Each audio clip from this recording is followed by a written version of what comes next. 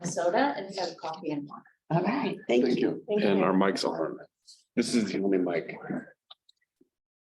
Yeah, I don't think we actually need to. Oh, so it's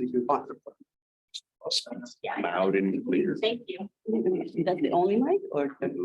Yes. There's another mic. Yeah, but. You are familiar with this room, aren't you?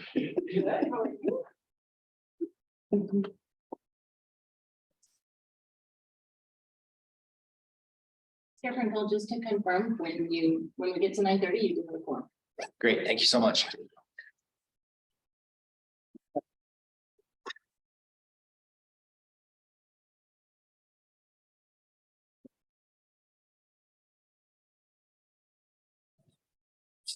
News. It's about the travel. Yeah, right, just, you know. We have to get our name out there. No one's real familiar with us. News hog. Better ways to have it. Yeah, Is our mic? I agree. It's on. Yes. Okay, we reached 9:30, so good morning, everyone. I'm going to go ahead and call this meeting to order. This is the January 11th, a meeting of the Independent Taxpayer Oversight Committee. Of course, as always, would like to thank staff for all their efforts in preparing us for this meeting, and a thank you to all the members of the public that are joining us today on the phone and via web. Just briefly, how this meeting will work: we will take in-person public comments followed by virtual public comments. If you are a member of the public attending today's meeting, please submit a speaker slip to the clerk if you're here with us. For those attending virtually, please continue to raise your hand at the right time. I want to ensure that everyone knows that public participation is possible both in person and via Zoom. And we have live mic here in the middle of our conference table this morning. So please speak up and please keep side conversations to a minimum. I'm going to now ask the clerk to please confirm that we have a quorum. We do have a quorum, Chair. Thank you, Madam Clerk. And before we get started on our agenda today, I would like to ask our interpreter, Ruth Monroy, to walk through how to access our interpretation services for today's meeting. Ruth, please proceed. Yes, thank you. I will repeat this announcement in English. Para hacer uso del servicio de interpretación, por favor desplácese a la parte inferior de la pantalla de Zoom, donde aparecen los controles. Haga clic en el icono de interpretación, que es el globo terráqueo, y seleccione su idioma. Si está utilizando la aplicación móvil de Zoom en celular o tableta, presione los puntos suspensivos, luego Interpretation y luego el idioma. To use the interpreting feature, please scroll to the bottom of the Zoom screen where the meeting controls are located. Click on the interpretation icon, the world, and select your language. If you are joining using the Zoom mobile app on a cell phone or tablet, please press the ellipses, then interpretation, and then choose the language. Thank you. Thank you very much, Ruth. And I will now ask Sandag Senior Financial Programming Analyst, Zara Sadigian, to provide another reminder on how the public and member comments will work for today's meeting. Thank you, Chair Frankel. We will take both in-person and virtual public comments as noted on the cover page of today's meeting agenda. In addition to emailing comments, the public may also provide live comments during today's meeting. In order to provide live comments, you can join today's Zoom meeting through the link or by dialing one of the numbers from your phone that are provided on the cover page of today's meeting agenda. Join the meeting by clicking on the Join Webinar link provided in the confirmation email you'll receive upon registering. When public comments are called for on an item, on the Zoom platform, click on the Raise Hand icon in the Zoom toolbar. The chair will call on you by the name you provided. If you are participating by telephone, press *9. The chair will call on you by the last 3 digits of your telephone number. The instructions for providing live comments are also on the bottom of the cover page of today's meeting agenda, which can be accessed from the homepage of Sandag's website at www.sandag.org. All comments, whether emailed or live, will be made a part of today's meeting record. Thank you. Thank you so much, Sarah. Great. With that out of the way, we'll move on to our agenda this morning. And we'll move firstly to item number 1. This is public comment, communications and member comments. Chair Frankel, sorry to interrupt. It seems we have a new process. I was just informed that we need to call the roll call. We need to do that. Our chair of the board of directors has requested, we had a public request to have roll calls for every public meeting. But I'm happy to do it or skip it. It's what your preference. Yes, of course. Clerk, yes, please proceed with the roll call. Real estate right-of-way acquisition, Chair Jonathan Frankel. Present. Construction contractor, Vice Chair Pedro Oser Delgado. Here. Licensed traffic engineer, Michael Kenny. Here. Biology environmental, Dustin Fuller. Here. Finance budgeting, Stuart Halpern. Present. Licensed engineer, Les Hopper is absent. CEO private sector, Sunny House. Here. And I'm sorry, I don't know your title, Tracy, Tracy Drager. Here. And that is the roll call here. Thank you so much, Madam Clerk. Okay, and now we will move to item number 1, which again is our public comments, communications and member comments. And this is the appropriate time for any member of the public to address the board, to address the committee on an item within our jurisdiction that is not on the agenda today. If you're here to make a comment on an agenda item, please hold until the appropriate time. Madam Clerk, are there any public comments on this item? There are no public comments. Thank you. We'll move on to member comments. Any member of the committee have any comments during this item? No, seeing none. Okay. Thank you very much. We will move on now to item number 2, which is our agency report. And we welcome Mr. Dujon, who'll be giving the report this morning. Thank you, Chair. I appreciate it. Good morning and happy new year to you all. Welcome to the first ITALK meeting for calendar year 2023. So looking forward to 2023, SANDAG is setting several new priorities to guide our work. Our CEO, Hassan, will be sharing more of these at the first board meeting this Friday. At the February meeting of this committee, I'll plan to share more about what Hassan shares the priorities of the board. As a public agency in service of the people, SANDAG is proud that our biggest undertakings bring the region countless opportunities to connect, improve transit, corridors, and bikeway connect our communities. The Low Sand Rail Realignment Project, the new Otay Mesa East Port of Entry, and the Central Mobility Hub will continue to connect the region. We're connecting our communities with resources such as affordable housing, internet, transit, and cost. We're connecting our member agencies with information on topics as wide-ranging as public safety, economic modeling, and habitat conservation. More than 70 projects and initiatives going on right now in every corner of the county. By the way, the printable version of the annual report that we presented last year is now on our website. We're going to share a video version of our next meeting showing how we're connecting all our communities. In November of this year, we'll celebrate the 35th anniversary of TransNet. I don't have to tell you how important local funding is to delivering regional priority project and ensuring that the transportation network meets the needs of the public. Thank you for being part of this and watch for more on this as we approach our anniversary. Thank you, Chair. That concludes my report. Thank you very much, Mr. Dujon. I appreciate your report. Madam Clerk, are there any public comments on this item?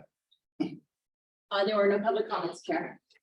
Thank you very much. Any member comments or questions for Mr. Dujon on the report? I have one question. Andre,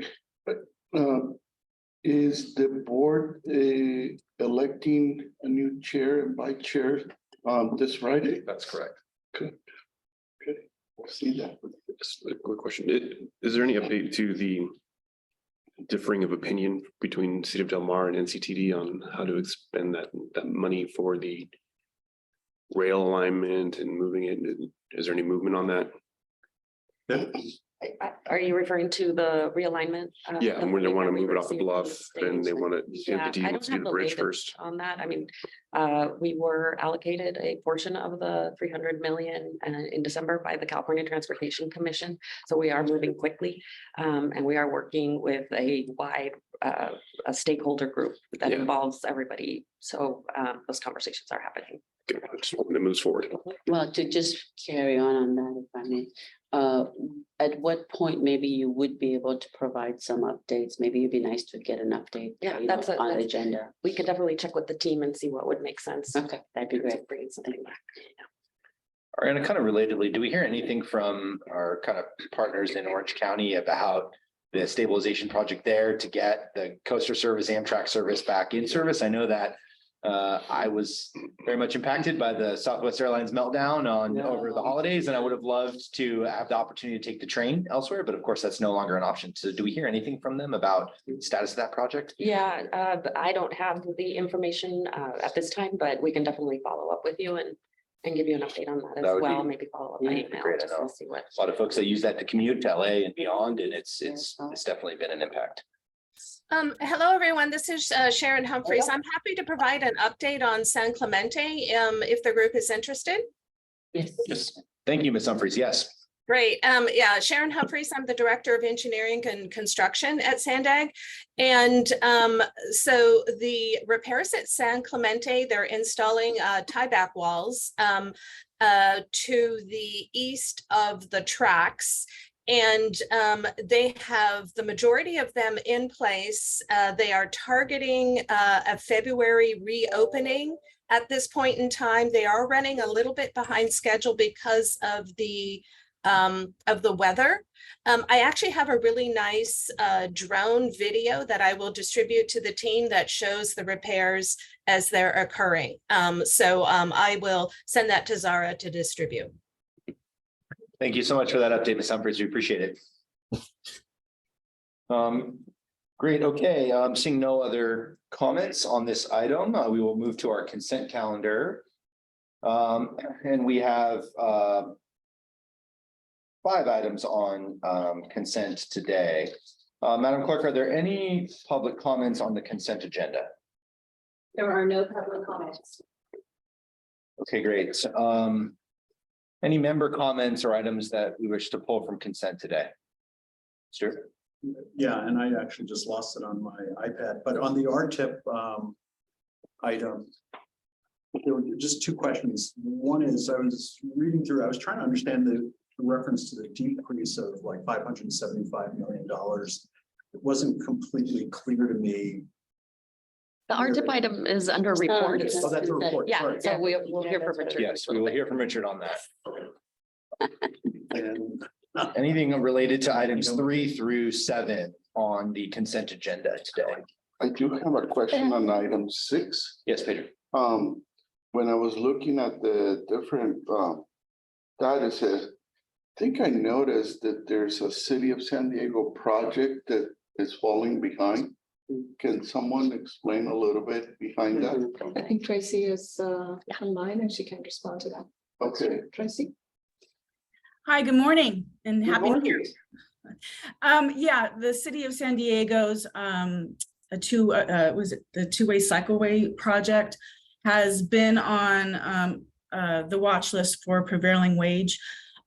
They have a consultant that they have reported to the DIR, and they are currently working on getting that off of the watch list. Okay, do we have a schedule of when they're looking at completing the project or anything like that? No, the project is substantially complete, and we are working with them on a timeline now to get the project complete. So it's the closeout that they're having difficulty because of the. Because of the. Okay, got it. Thank you. Thank you, Tracy and Pedro. Any other? Yes, Stuart. so now that Tracy's helped me get this back up on the screen. So I understand that on Friday, you're going to be introducing the proposed amendments. From a process standpoint, I know this is the quote unquote first reading. Because maybe Ariana or somebody else just educate us or refresh our memories as to how that process works. There's a first reading, then what happens? Right, so I believe the action is to conduct the first reading by waiving the reading and just reading the title of the ordinance. And so that is what the board will be asked to do. And then Chair Frankel would have an opportunity to provide a presentation. If for some reason the board decides that they want us to read the ordinance, then we will do that. We are prepared to do that as well. We've done that before. And then we would proceed with the chair's remarks. So And so then there's no action on the item itself at Correct. this meeting. Correct. It's And- really just an action. And does to it waive the reading. automatically then get agendized for the next board meeting for potential actions? Is that how it works? Correct. I'm assuming the board has no changes, significant changes, right? The plan is to bring it back January 27th to the board, and that would be for approval of the amendments themselves.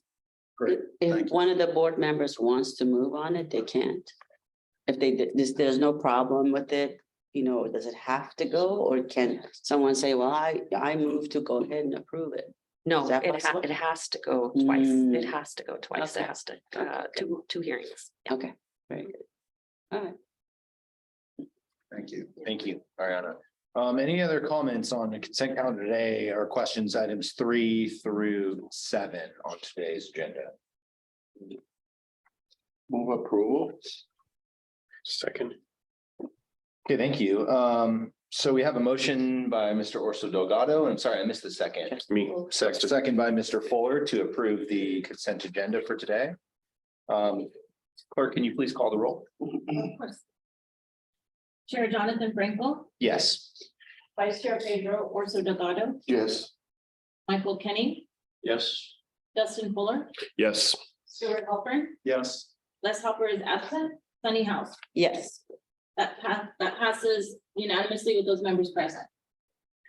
Great, thank you so much. We'll move on to item number 8 on today's agenda, which is a report from Ariana regarding actions by the Transportation Committee and the Board of Directors on TransNet related agenda. Yes, and it's a very brief report because as you know, not only was ITAC dark in December, but also the Transportation Committee and the Board of Directors also did not hold meetings. Transportation Committee is also dark this month, but the board, as you know, is meeting. The only update I have is that the board approved the Environmental Mitigation Program annual work plan and funding that you saw at a recent meeting as well. So, and of course, as you know, we just discussed your ordinance amendments that you're proposing are coming forward for board consideration this Friday. Yeah, great. Thank you so much, Ariana.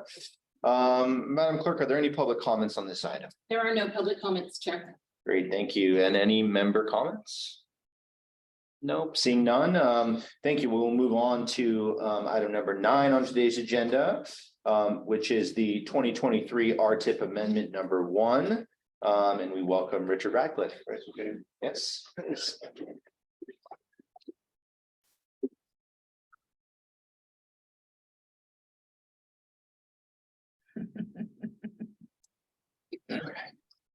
Thank you, Chair. Good morning, ITALK members. Morning. Item 9 is Amendment 1 to the 2023 Regional Transportation Improvement Program, or RTIP.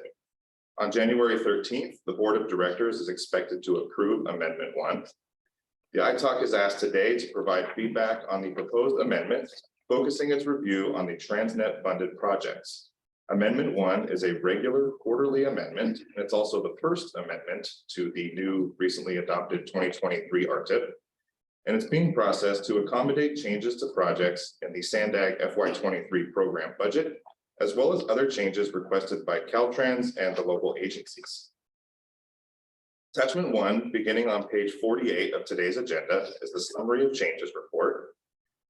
Some key changes in this amendment are the programming of various changes to the FY23 program budget, including 2 budget amendments that are going to the Sandag board on Friday, January 13th. These 2 are the downtown to Imperial Avenue Bikeway, where we're adding new federal formula funding from the carbon reduction program created by the Infrastructure Investment and Jobs Act. And also the addition of some funding to the I-805 Sound Walls project. And then there's also the programming of $150 million from a recently awarded infra grant on State Route 11.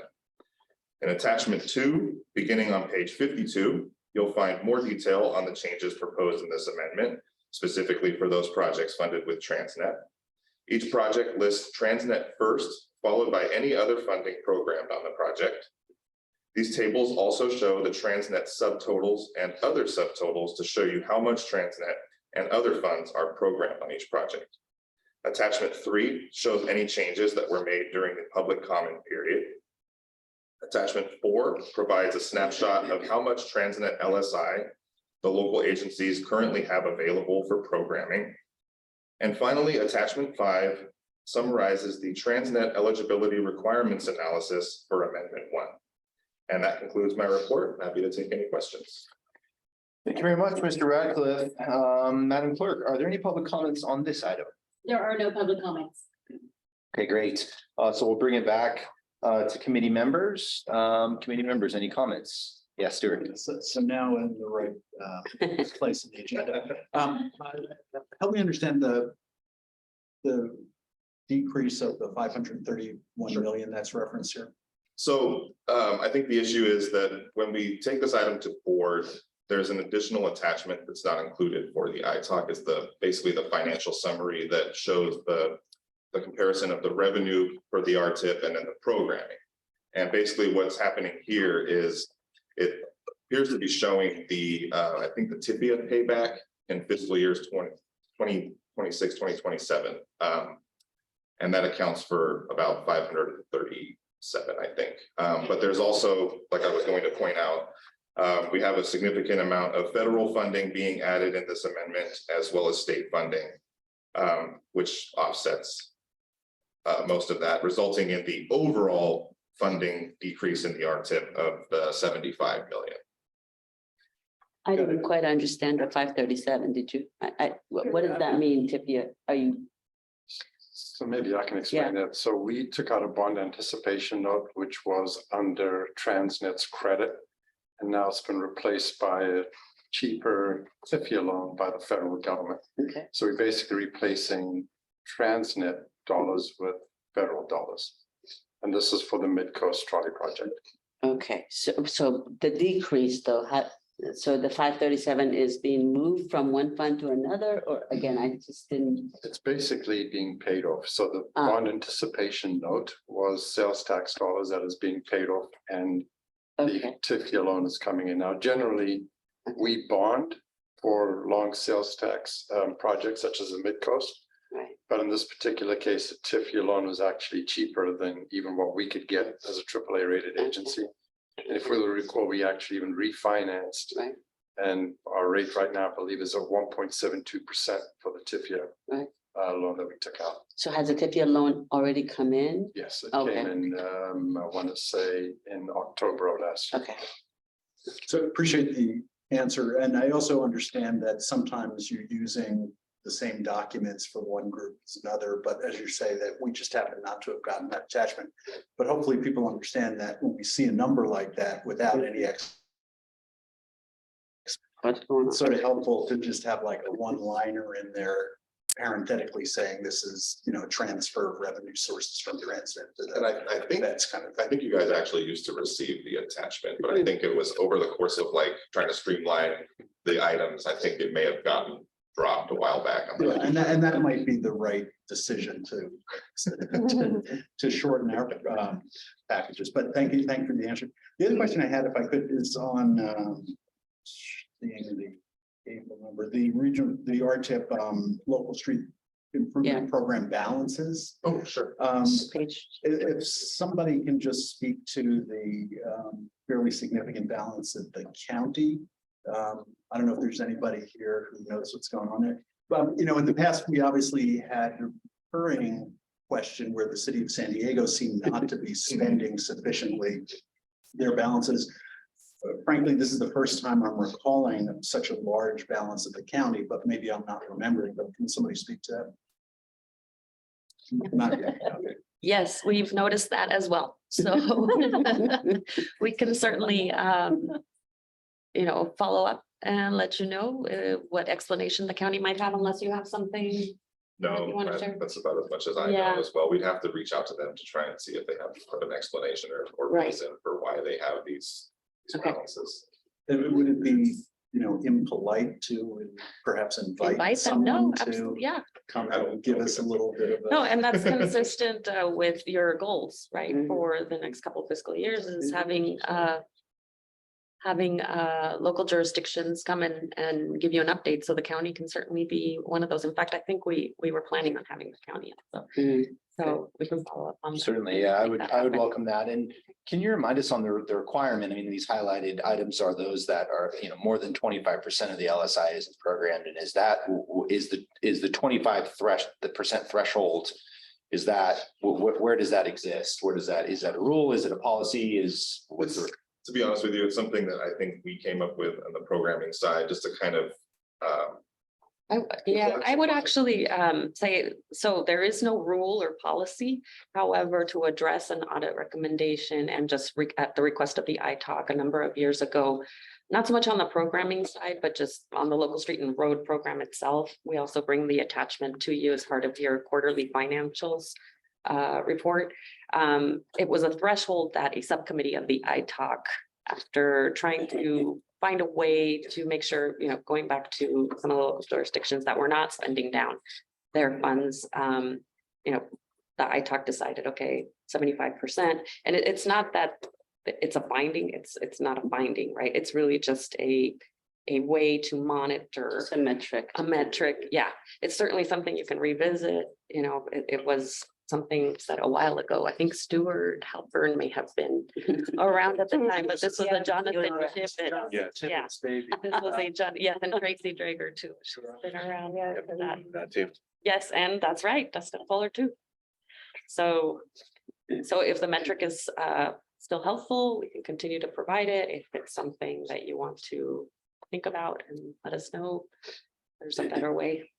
You are receiving those updates from the local jurisdictions as well. So we're definitely and you open see to the feedback on this particular attachment too, however it best conveys the information. I recall seeing this attachment previously, and I believe it was only the city of Carlsbad that had unprogrammed, and it's probably likely because this is the new RTIP, it's the new 23, and perhaps jurisdictions have their own funding processes that they need to go through to allocate these funds. And so it's perhaps next quarter when we get this report, these balances will have been allocated. Yeah.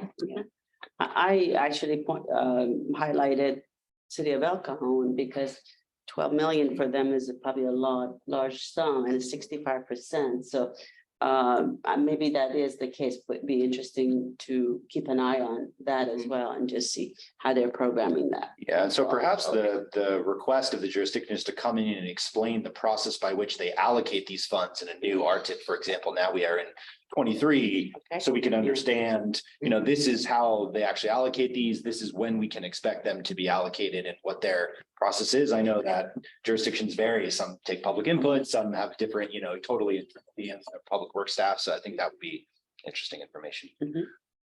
And also just to address your comment, I know over the years, staff has been very generous and patient in trying to move around the presentations to the ITAC of the moment. But personally, I think the presentation of the information is outstanding. So I wouldn't question that at all. It's just that, as we've been discussing, a couple of the numbers really jump out. Whether 25% is the right threshold or not, I think the point coming out of and I don't know if it was a triennial performance audit that just referenced the best practice would be to, have some hurdle at which people take a closer look. This makes it look like 25% is on the low side because they have so many quote offenders, but that doesn't mean that 25% is bad. I think the interests of the taxpayer is that the money is actually getting spent over time, and this chart does a great job of illustrating that. Thank you so much. I have a question. Yes, Pedro. Richard, on I guess I kind of get lost sometimes in all of the attachments. On attachment 1, you have, basically the RTIP changes that you report, but at the end of the day, that attachment doesn't have a cumulative balance, right? I've asked that several times. We need a total. Is that what you're asking? Yeah. That's what I've asked that. I look at this and I see the individual projects on a project by project basis, but I don't see balance for the entirety of everything that's on table one. So I think, are you asking for like a total of the pluses and minuses? like for just the TransNet funding or for like the overall dollars? Well, I mean, we're responsible for overseeing the TransNet fund. So my priority would be that, but if you want to throw the other ones, sure, why not? But Richard, I have the same thing. I've asked that several times. To me, just to learn, how do you come up with the 75 million? You know, if it's overall is decreased by 75 million, where does that show up? You So know? that is actually, that's part of that financial summary that we Right. provide to the board. So Okay, so which we didn't. I'm wondering if maybe it's worthwhile in order to give you more context around what we end up inputting here on this fiscal impact section, to maybe provide you with the financial summary, just because it does show you, like you would see the difference in the prior TransNet amount that was programmed, the new amount, and then the same with the federal and state and other local funding sources. So I think that's the kind of the key that you guys are missing here. Yeah. And then the other thing that, as a suggestion, when I look at the key considerations, you know, you're describing what the changes are. You brought in infra funding to Otay Mesa East, but I would like to see how much. So that maybe that gives me a context of where all this money is coming from, or the decrease in funding or the increase on the sound walls. You know, I don't know how much money they increase unless I go to the sheets. And that's where I get lost. Okay, no, that makes sense. So, Okay. yeah, that Thank makes you. it more helpful to include more Yes. specific details in that key considerations. Or highlight, you know, that 805 project, tell me which sheet it is so that I'm not hunting for it. Well, that one is the sound walls project is actually the second one down. So we sort the projects in attachment one in descending order by the absolute value of the change in dollars. So the cost difference, put it second in line there on the attachment one, just below State Route 11. Got it. But I understand. Thank you. See, now you're giving me this code. Thank you. Yes, Sunny. So I have a question about, again, just the volume of the information that's provided here. I think the table one is a great summary and it's easier, but having to go through pages and pages of table two, in the, I guess, interest of streamlining, is it possible to make that a link? Because now everything is online anyway.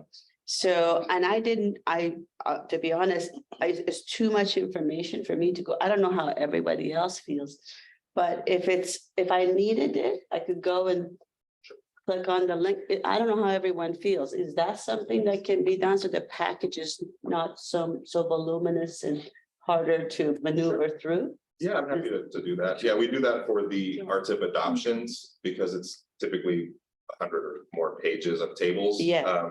But yeah, in this case, this is, I think, about 40 or so. So yeah, I'd be happy to make that a link. It's just the links were there. I could have gone and done that, but then having it downloaded in the package, which my package had duplicate. I don't know what it was. It was like twice. Everything was, when I downloaded, it was the same information twice. So I don't know what happened there, but yeah, if we could, it was like 256 pages or something like that. I can't remember.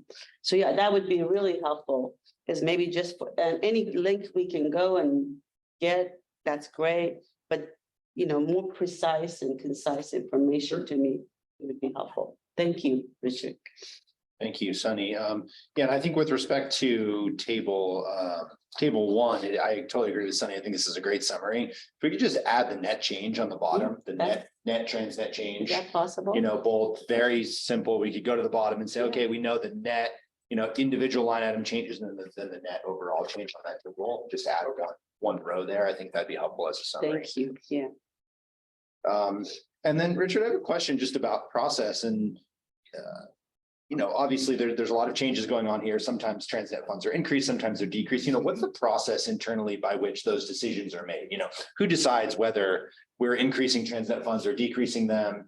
Obviously you're looking at all the available funding sources, but what's the internal process to do that? So basically, anything that makes it into the RTIP has been approved in a budget. And then, the local agencies will also have their priorities, and then they'll, whenever we open up an amendment, which is typically quarterly for these big amendments like this, they will have their needs, and they'll have to adjust their TransNet according to their needs. And then also, if we get these revenue estimates, they'll have to adjust according to that too. So by the time, things are pretty much baked by the time they get to the RTIP. I see. Okay, thank you. Any other committee member comment? If I remember correctly, that every time that, like either a Caltrans project or a city project that needed additional TransNet funds, we would also do a presentation to the board and come beg for additional money and say, mea culpa, and then say, well, we looked at these possibilities of how to either decrease the project scope and stay within budget, whether it was doable or not. And eventually you come up to the conclusion of what is being presented to transportation, the board, and eventually it makes it into the budget and the RTIP with the increase or decrease, as the case may be. But the first stop is to make sure that you can look within your project and see if you can move monies around or anything, or if you can bring some other sources of funding to bear into the project. It's not a fun thing. Yes. Thank you for that additional context, Pedro. Okay, any other committee member comments on this? Okay, seeing none, thank you so much, Mr. Radcliffe. We appreciate it. And now we'll move on to item number 10. And we're going to hear an informational presentation regarding the Central Mobility Hub status update. And this is just a verbal presentation, and we'll welcome Ryan Cohen. Good morning. Morning. Morning. Good morning, everybody. My name is Ryan Cohut. I'm Director of Strategic Projects here at Sandag. I'd like to thank you guys for inviting me here today to tell you a little bit more about what we're doing with the Central Mobility Hub project. Before I get into timelines and budgets and all that, I want to just give you guys kind of a big picture about kind of, what this project is all about, what we're trying to achieve with it.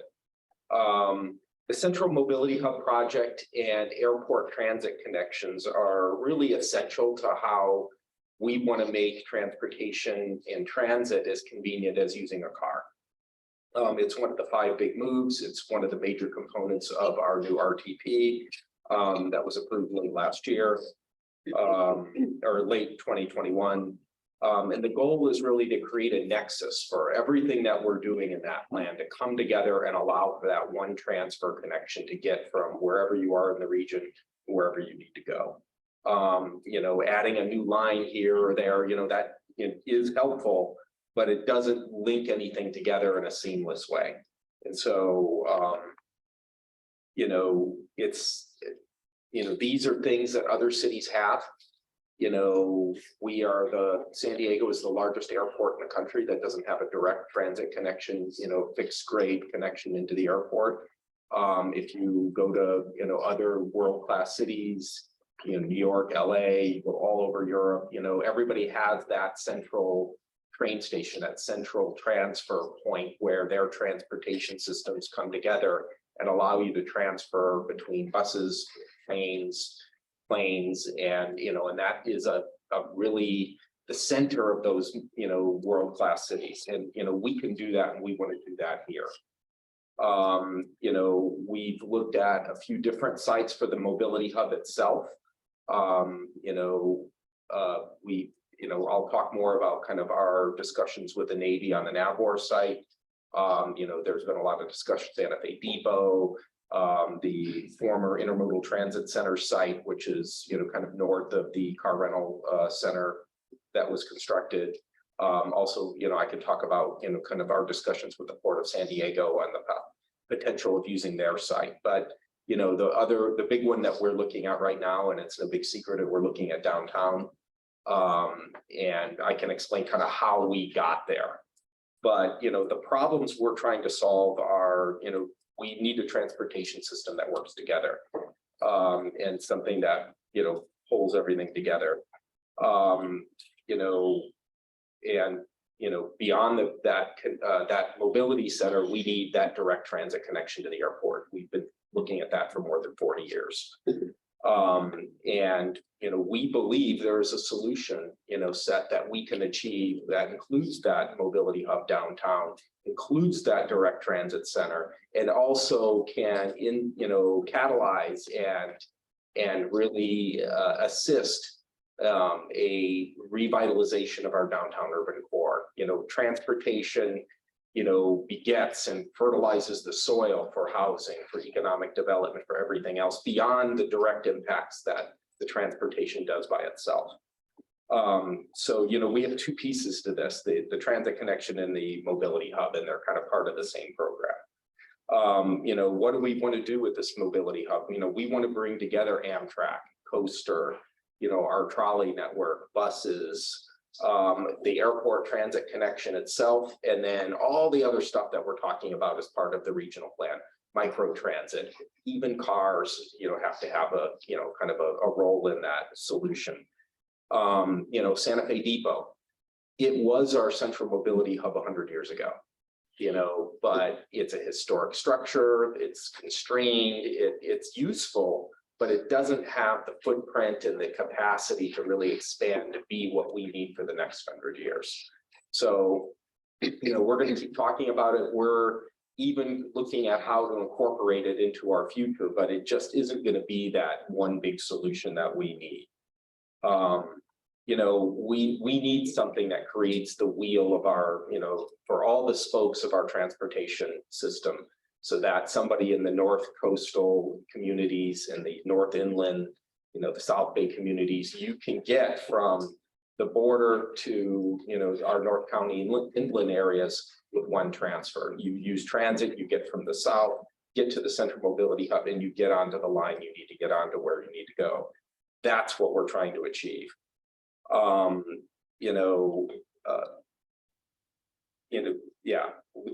The mobility hub itself is also the catalyst for housing and for development in, consistent with our plans.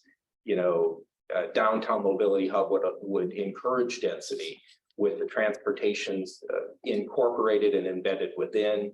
It's the type of growth that we're trying to create that really furthers the region's climate action goals on GHG reduction, reducing VMT, because people would live and work and exist right on top of those transportation links to the rest of the region. This really is the first step to really creating that, real alternative to being able to use a car to get around. So kind of how did we get here? We really began with a subcommittee of the board that was created to study airport transit connectivity. That subcommittee met and identified the need for the central mobility hub along with that airport connection. It did its work largely in 2019.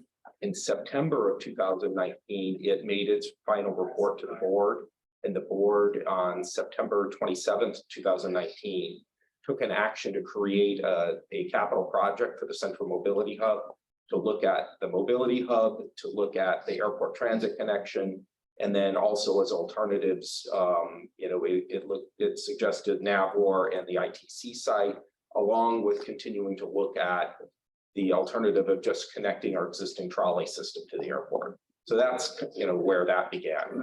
At that same September 27th meeting, the board allocated $40 million to kind of seed that effort, to do the planning and to initiate the environmental clearance of projects consistent with that objective. So that's kind of where we really got started. That $40 million at the time consisted of a little bit of TransNet, mostly federal CMAQ funds. Today, our budget is 42.94 million, which is that original 40 million. 2.04 million of that original 40 was TransNet, the rest federal. And then in May of last year, we received $2.94 million from a legal settlement that the Port of San Diego was involved in, revolving fees to access the car rental facility. And so the port, after satisfying the obligations of that legal settlement, they had a remaining $2.94 million that the parties agreed could go to Sandag to further this project because it had the potential to reduce traffic congestion in and around the airport, consistent with the general dispute that they were having. So that was kind of a windfall for us. We weren't involved in the litigation. We had no position, but they had leftover money and we'll take it. So, that is our total budget, the 42.94. To date, we've spent a little more than 25 million of that, with about 17.4 left. So that's what we're moving forward with. Right now, the big effort is we are undergoing a technical concept evaluation study. That study is looking at all of the leading concepts of how to connect the airport to transit. We had gone to the board back in May and kind of gave them an update on kind of where we were with that transit connection. And, we took a lot of input from the board on different ideas that they wanted to see diligenced, the ideas that they wanted to really get some, what would be the transit time? How much is it going to cost? How many people do we think would use it? And so we took those questions back. We started framing a technical study. And then in July of last year, we went back to the board and we laid out, the series of alternatives that we had heard from them, the methodology and kind of the criteria that we're going to be looking at these concepts with, and just gave them that information. And right now we're in the process of doing that study and developing it. And then we intend to take that to the board as soon as it's complete, sometime early this year. And really, give them that information, take additional feedback from them on what they think of these transit connections. And then the suggestion is we want to take that same presentation on those options and go out and talk to other stakeholders. We've been meeting weekly. I have a weekly phone call with both the port and the airport where we kind of, keep each other up to date. We've been working with the city, our transit agencies, MTS and NCTD, trying to keep them informed. So after that board update, we would ask any of those agencies whether they'd have us to be able to come in and formally present to their leadership, and then take that feedback, collect it all, and then come back to the board for a second time later this year with a proposed project and a staff recommendation, and then get direction from the board as to how they want to move forward with the transit connection. As far as the mobility hub itself, right now we're starting to look at kind of how to really get a planning effort going to understand kind of what those exact components are, so we can hopefully advance that understanding and potentially get that project into environmental sometime late in this year. I believe there's also, been a lot of discussion and confusion and, questions about, okay, we started with the Navor Navy site, the ITC site, and then trolley, how did you get to downtown? Well, the CEQA process, we did a notice of preparation back in April of 2021. And, we laid out the initial concepts for that we wanted to look at: a central mobility hub at the Navy, the ITC trolley, and then a no build. We did the public scoping meetings. We really got out there, held a series of public forums, a lot of, meetings and stakeholder meetings with the other agencies. And we got a couple of really big themes back. The first was the Port of San Diego sent us a letter and said, what, I see you're looking at the ITC site. Have you thought about maybe what could be done using our existing port headquarters site? The port is looking around for where its future might be. And they invited us to, start looking at, well, if we weren't here, or if we were changing our use of that site, is there a possibility to, maybe include transportation components there? Great question. It's, the ITC site is great. It's, adjacent to the existing connections, low sand, I-5. It's not too far from the airport, but it's not, under one single ownership, and it's not all publicly owned. And so, the port site is just south of there. It's one consolidated owner that is obviously willing and wants to work with us. It's a public agency. We're, cousins, we can work together. That's a great idea. We should definitely look into that. And so that became something that, became part of our work.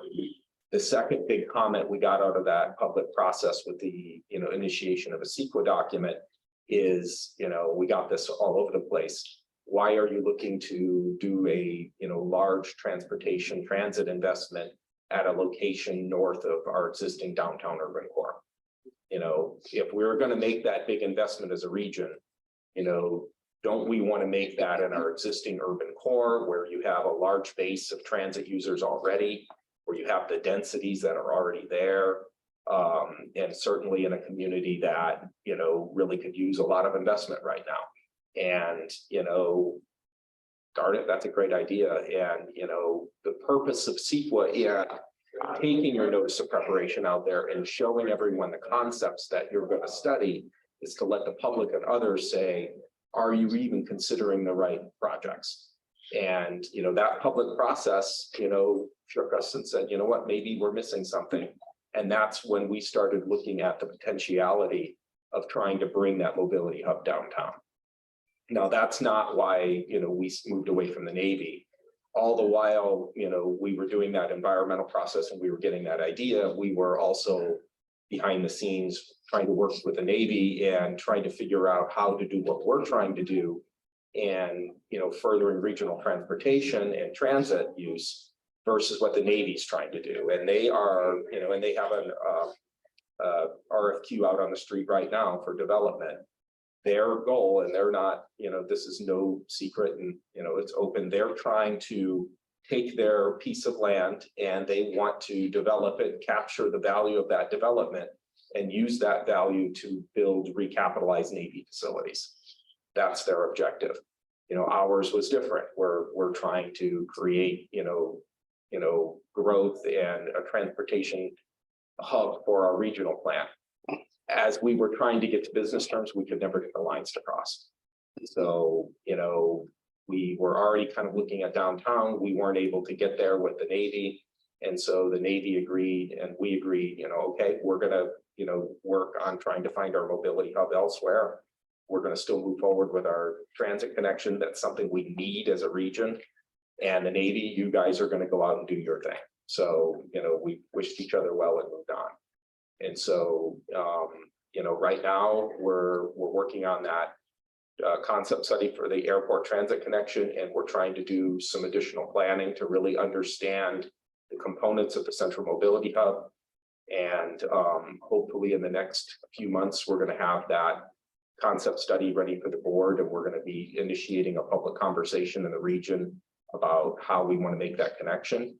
And then after we complete that study, I think it would be a great opportunity if you guys will have us to come back, give you kind of, the big, picture, showing you the technical information we, developed and, kind of get your feedback on kind of where we are with things.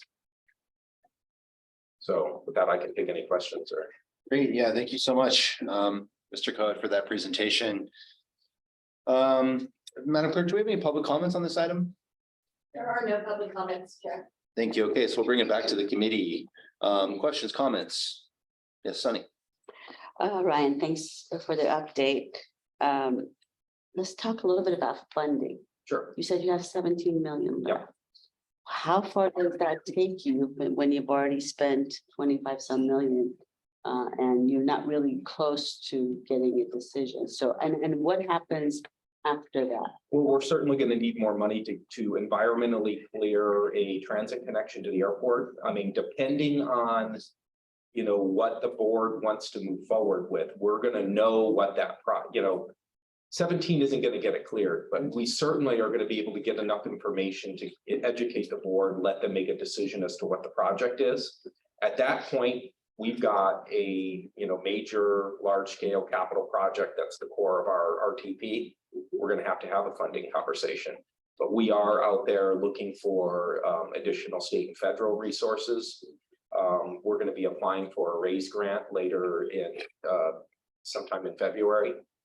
So that's a potential avenue for additional resources. We're also looking at opportunities at the state level to bring additional funds into the region for this project. But that's a very good question, and I think it's something where we're showing the board, okay, this can be your project.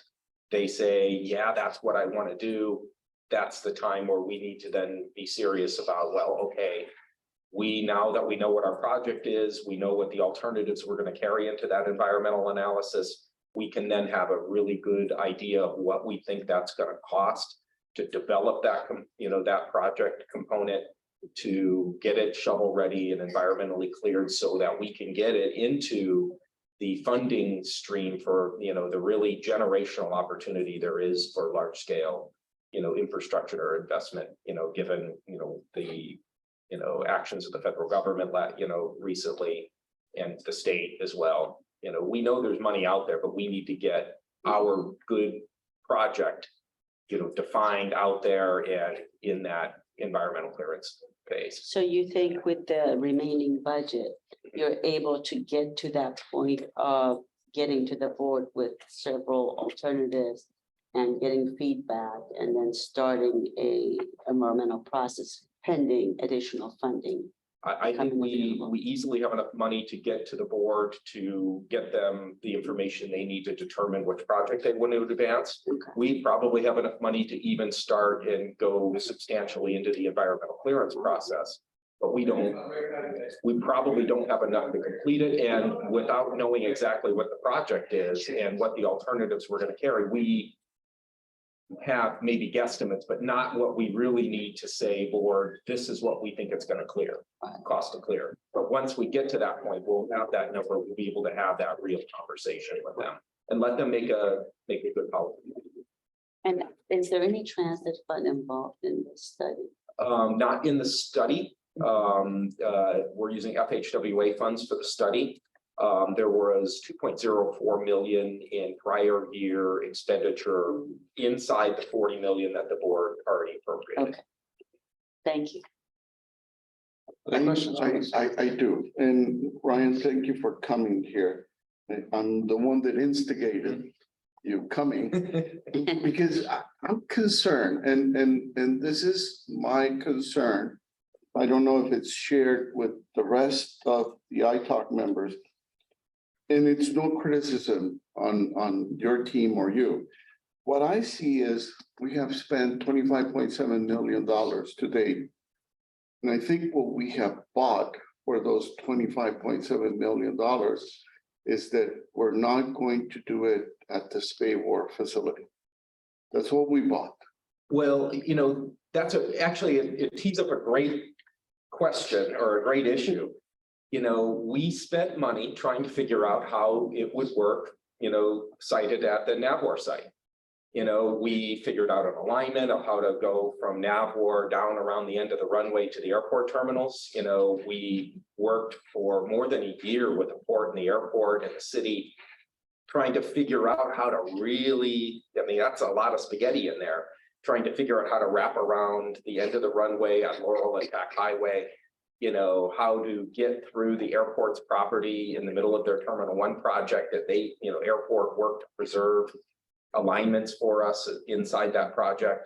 We really deepened the relationships between our staffs and how to do that. But the best part about, maybe the Navwar thing didn't work, but, now we're looking at transit facilities at possibly the port site.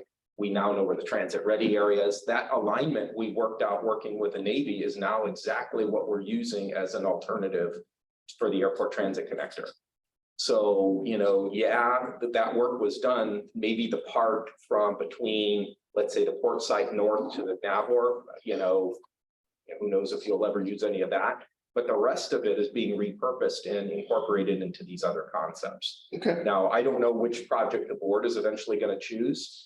But, we're getting a lot of value out of the engineering we did looking at the Navy. And my concern is that, are you getting that for, spending the amount of money that you have spent? Now, it's not my, I guess, reasoning to look at this, because there is so little TransNet money right now on it. But my thinking is that, do you have a global idea of what the overall cost of a project like this would be? But we're developing that information inside the concept study, and so I don't want to, trip over that right now, but, if, it depends on how big of an airport transit connector. Do you want to do a northern connection to the port site and a southern connection into downtown? Do you want to do just north, just south? But it's going to range, from the $1 to $2 billion range up to, 3-4, depending on how how much you decide to build. Right, and I don't disagree with that. I mean, I'm a very simpleton type of person. I look at Alta Mesa East and I go, okay, it's about this big, it's not a central mobility hub, but it's about 1.2, 1.3, 1.4 billion dollars.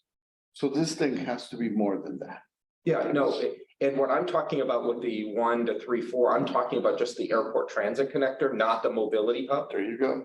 But but you look at that, it's a transit connection through a dense dense urban environment. You compare it to the complexity of like a mid-coast. Right. So what I'm getting at is that, let's say, and I'm not gonna hold this number to anyone, but let's say it's $3 billion to do everything. So now you're looking at something at a range of maybe to develop a project somewhere in the neighborhood of about $600 million to do the environmental and the design and the construction to a certain extent of that project. Maybe it's going to be a little bit more than that. Maybe it could be up to $1 million just to do the support. And right now you have $42.9 million.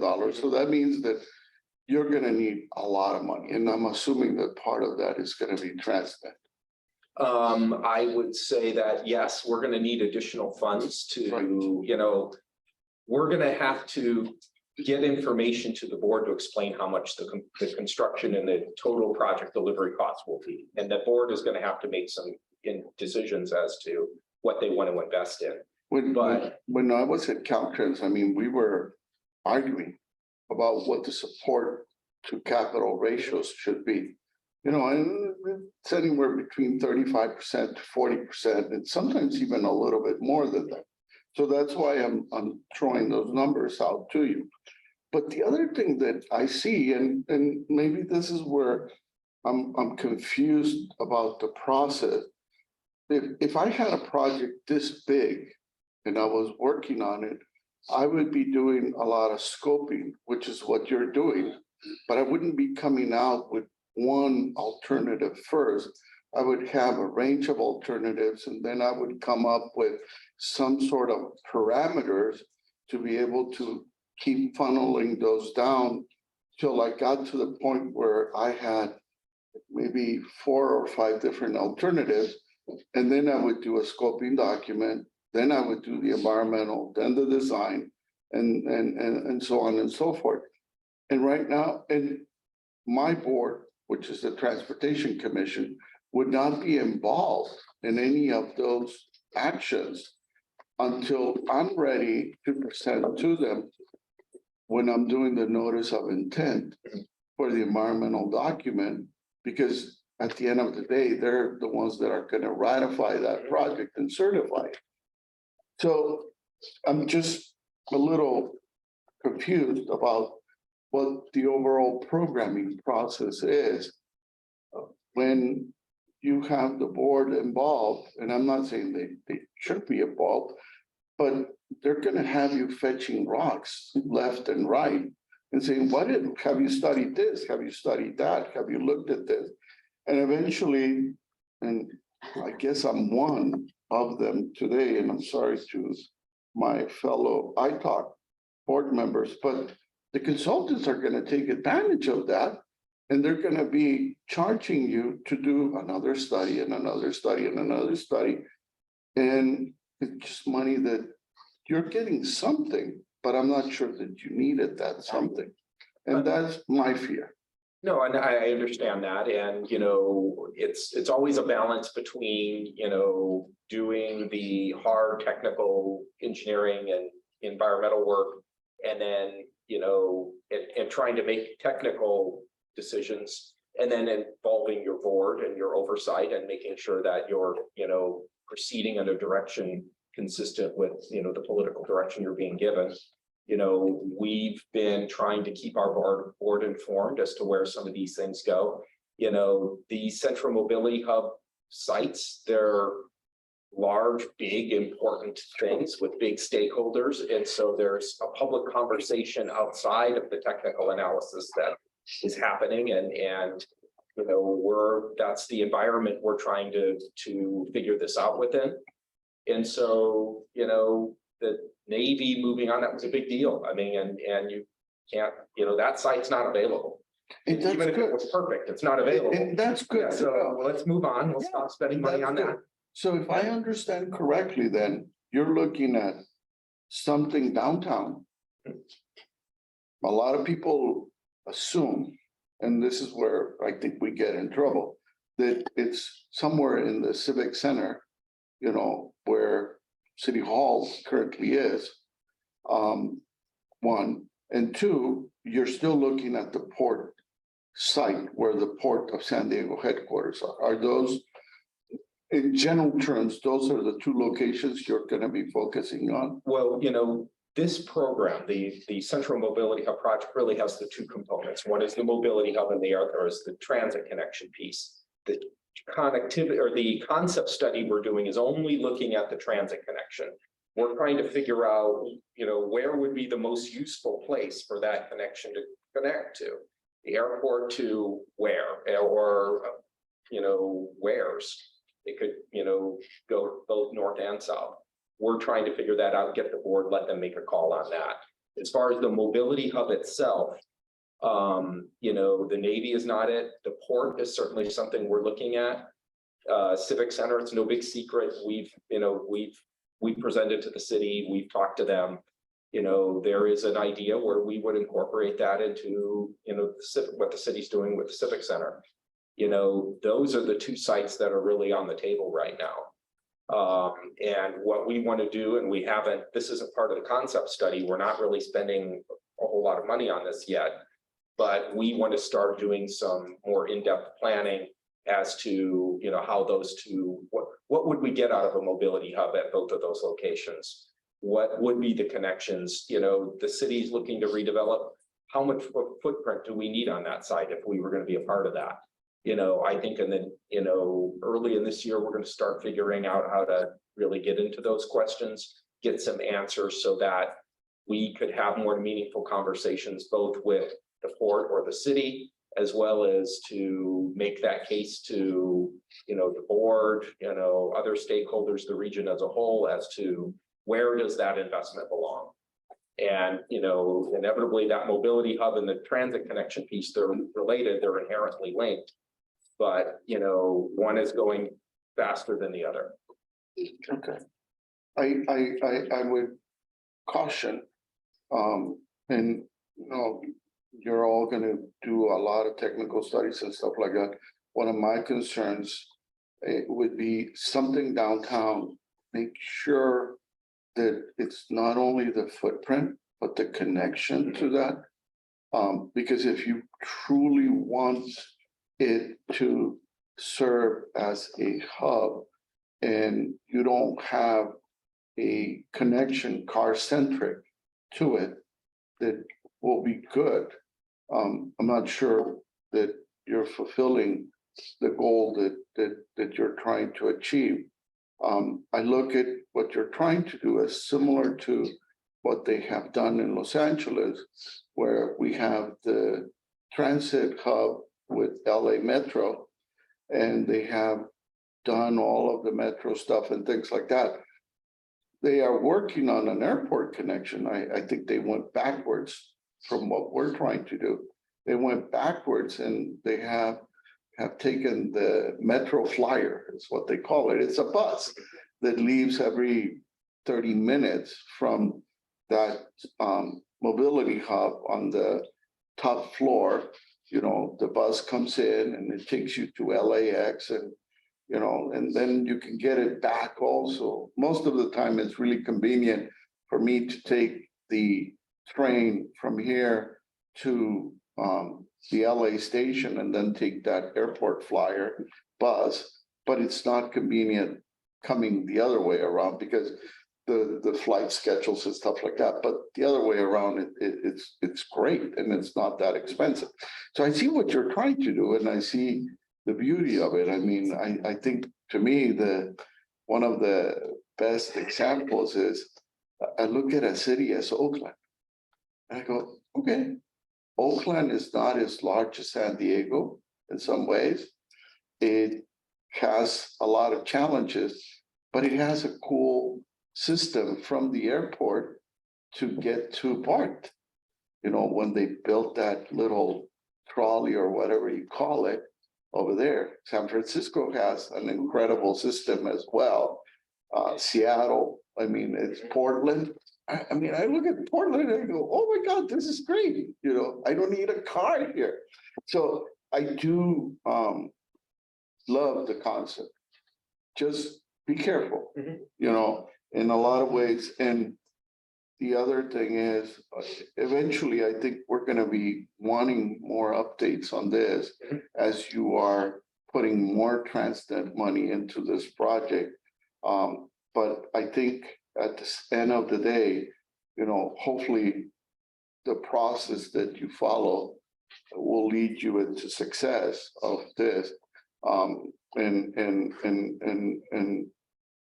when we have projects as large as this, there is a potential, a risk of being at the mercy of the consultants that are working on the projects, because they are all working on the project and they see you as, you know, a source of funding for their activities. So I'm not sure that they have the best interest, and I'm not criticizing anyone. I don't know who the team is or anything along those lines. So you have to be very careful and very strong of how you're managing and your internal team of what you're doing with the project. So good luck. I completely agree. And, you know, if this group will have us, we'd love to come back in a few months when we have that study complete and really show you kind of what we've done and see if that information, you know, kind of clears things up a little bit. So, yeah. Okay, thank you. Thank you, Pedro. Any other Stuart? I know you comment. I'm sorry. Yeah, so I had two questions. The first is kind of a question, but it's also maybe some feedback in the way that you're using the language. It's, correct me if I'm wrong, but it seems like the transit connection inevitably has to be inextricably linked to the concept of a mobility hub, because would you even call a mobility hub if it didn't have a transit connection to the airport? I think there's just a little bit of disconnect in the way I think about these things, right? And so if that sort of little contradiction or confusion there makes sense to you, is the definition of a mobility hub something that's beyond, you know, bringing all these transit elements together? Does it imply the real estate development and various other components? Because when I think of mobility hub, I simply think of the nexus of all of our various forms of transportation. And so therefore, if it doesn't have an airport transit connection, it's actually not really a mobility hub. Yeah. So does this dilemma kind of, or this confusion language make sense to you? I would argue you can have a mobility hub without an airport transit connection, but you aren't going to have a great mobility hub without it. You need that, you know, this began with trying to connect the airport to transit. You can actually, improve things just by doing that. But, depending on how you build that airport transit connection, without the mobility hub, you have a siloed connection. You've created a connection people are probably going to drive to. And Yeah, so you haven't really linked it together with everything else we're doing. And the real purpose and the why we need this mobility hub is, we've done great projects all over the region, but we don't have that thing that pulls them together that lets them work and feed off of each other. And if we're doing this transit connection to the airport, and we're talking about, how to make that connection to the airport useful, it's got to be embedded in that mobility hub. Right, and so this is the feedback portion. I guess I would sort of stop. I recognize that from a project expenditure standpoint, there's maybe sequenced a little bit differently, what have you. I think from a public communication standpoint, you just sort of have to stop talking about them as if they're two separate things. Because if part of the sale here is that we want to be a world-class city, all of the world-class cities, as you yourself described, the airport transit connection is almost definitional to the central mobility hub, right? So, take that feedback or leave it. But I think it's just really confusing to hear these things talked about separately because for the reasons I described. So hopefully you get that. The second question I have though is, and this touched a little bit on what Pedro was getting into in terms of the fetching the rocks. In the course of all of this, has the board provided staff consensus on what the actual priorities are? And along with the priorities, the bases upon which a decision is going to get made. Here are the key attributes that are going to be weighed. Because if they have, it would be really handy in discussions like these to reference. Here are the 5 key criteria upon which we're judging each of these candidates.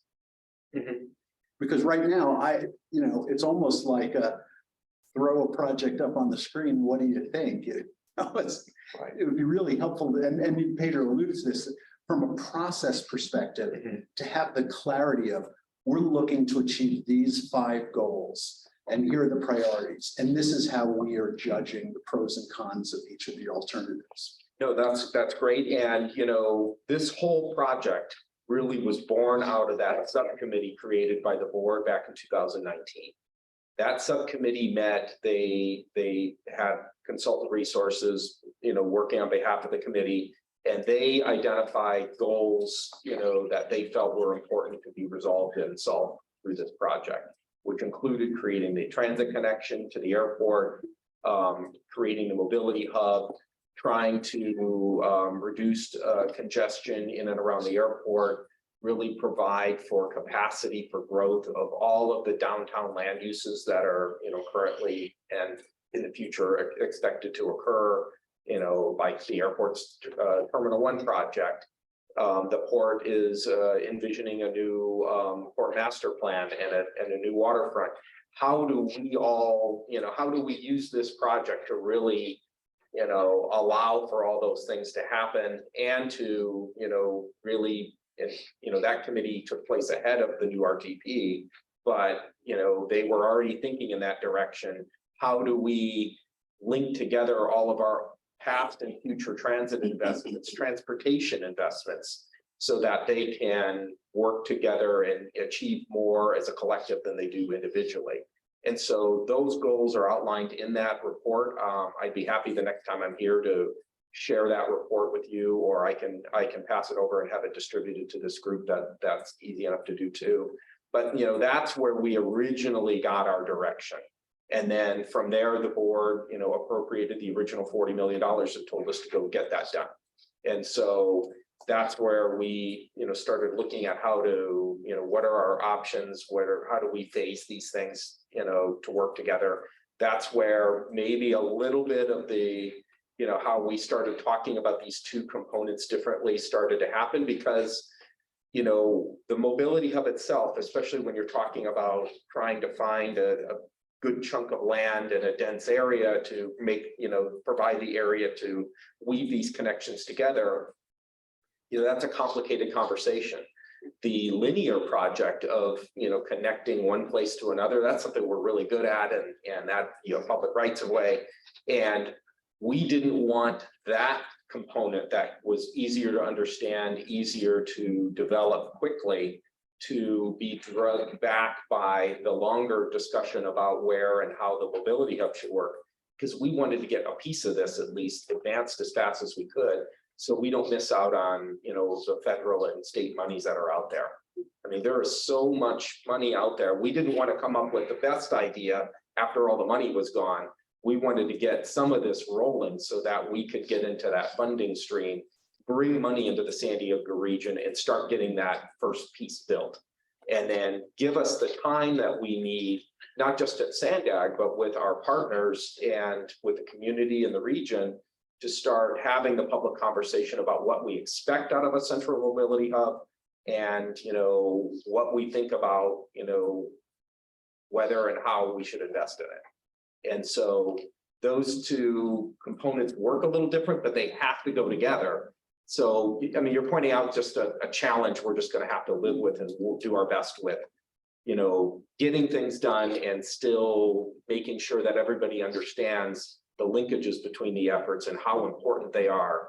With one you can do good, with both you can do great, and really change the way the region operates, and really make this the world-class city we know and want it to be.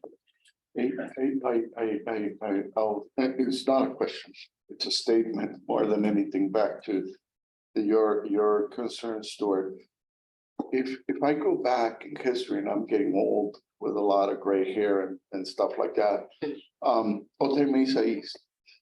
In Otay Mesa East, we were working 25 years ago with an idea that we needed another border crossing, because we knew that we were finishing up Otay Mesa, the cargo facility, and we knew that it wasn't going to last us too long. But the problem is, where do we put it? So there were some people that said, maybe we should extend the rail line that goes east and fix it up, the Ocotillo line. Maybe we should put another improve the border crossing in Tecate. Maybe we shouldn't focus in Tecate. Maybe we should focus east of Otay Mesa and do something there. Or maybe we should do something in Imperial Valley. There's a lot of room there. So there were all of these ideas floating, and every one of these had a special interest group that was dedicated to lobby for that. So I'm looking at this back in the day, and I'm going, I'm just going to get my butt kicked here, because they're all competing, they're all fighting. So I came up with Sandak, and you all are great here at doing planning. And I talked to Gallegos, and I said, hey, can we do a border master plan? And Gallegos started thinking about it, and it's like, why do we want to do that? And I told him why. And then I remember Elisa Arias, who retired recently from Sandak, and she says, that's the dumbest idea to do that border master plan. And I said, I don't think so, Elisa, and this is why. Because right now, we're just going to be fetching rocks. One group to another group to another group. I think what we need to do is have all of the groups at the table and all agree to a process, not a location, but just a process. How do we rate one site versus another site from a preliminary point of view, so that they all agree to that process, and then we do the ranking at the end? We did that.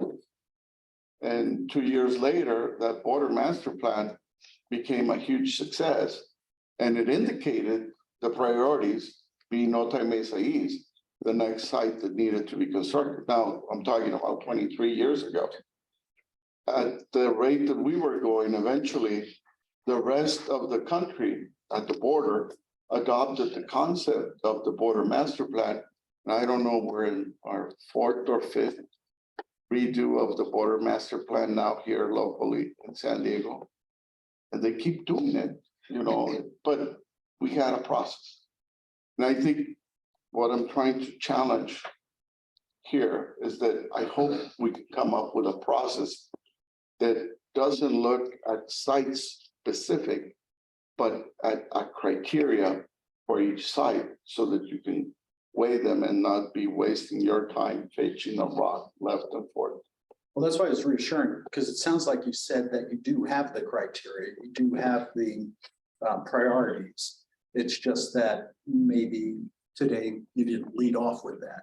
Well, I mean, we are doing that concept study right now. We have alternatives identified in the concept study. We've communicated those to the board. We've also identified the criteria, which we're going to be studying them, share that information with the board, got their, you know, assent that we're you know, hunting up the right tree. And now we're doing the work, and we're going to bring that information back and, you know, really take some direction from them. Okay, you know, you told us what this would be. Now we know what these cost.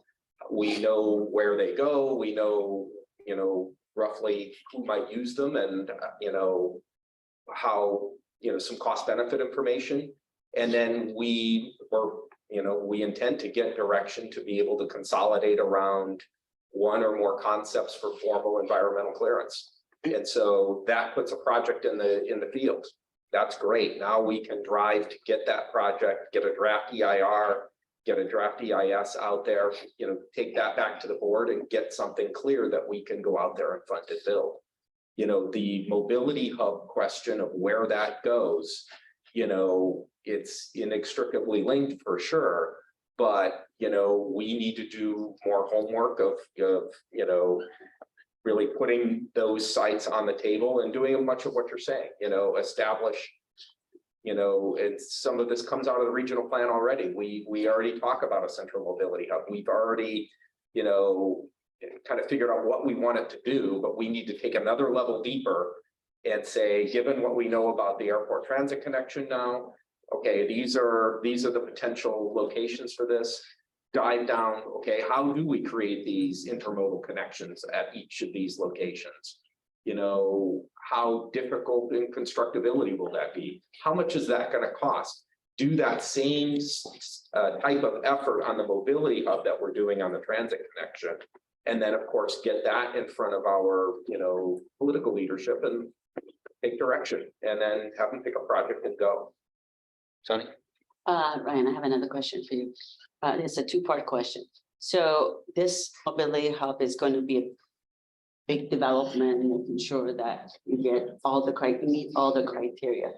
Is there any consideration? I know that Sandak wants to move their building or find a site for their office. Is there consideration for that office to also be located with this as part of the same, you know, one development? I'd say that, you know, yes, you know, there's, you know, Sandak needs a place to live, you know, that's a need, but it's not being directly considered as we make a mobility hub decision.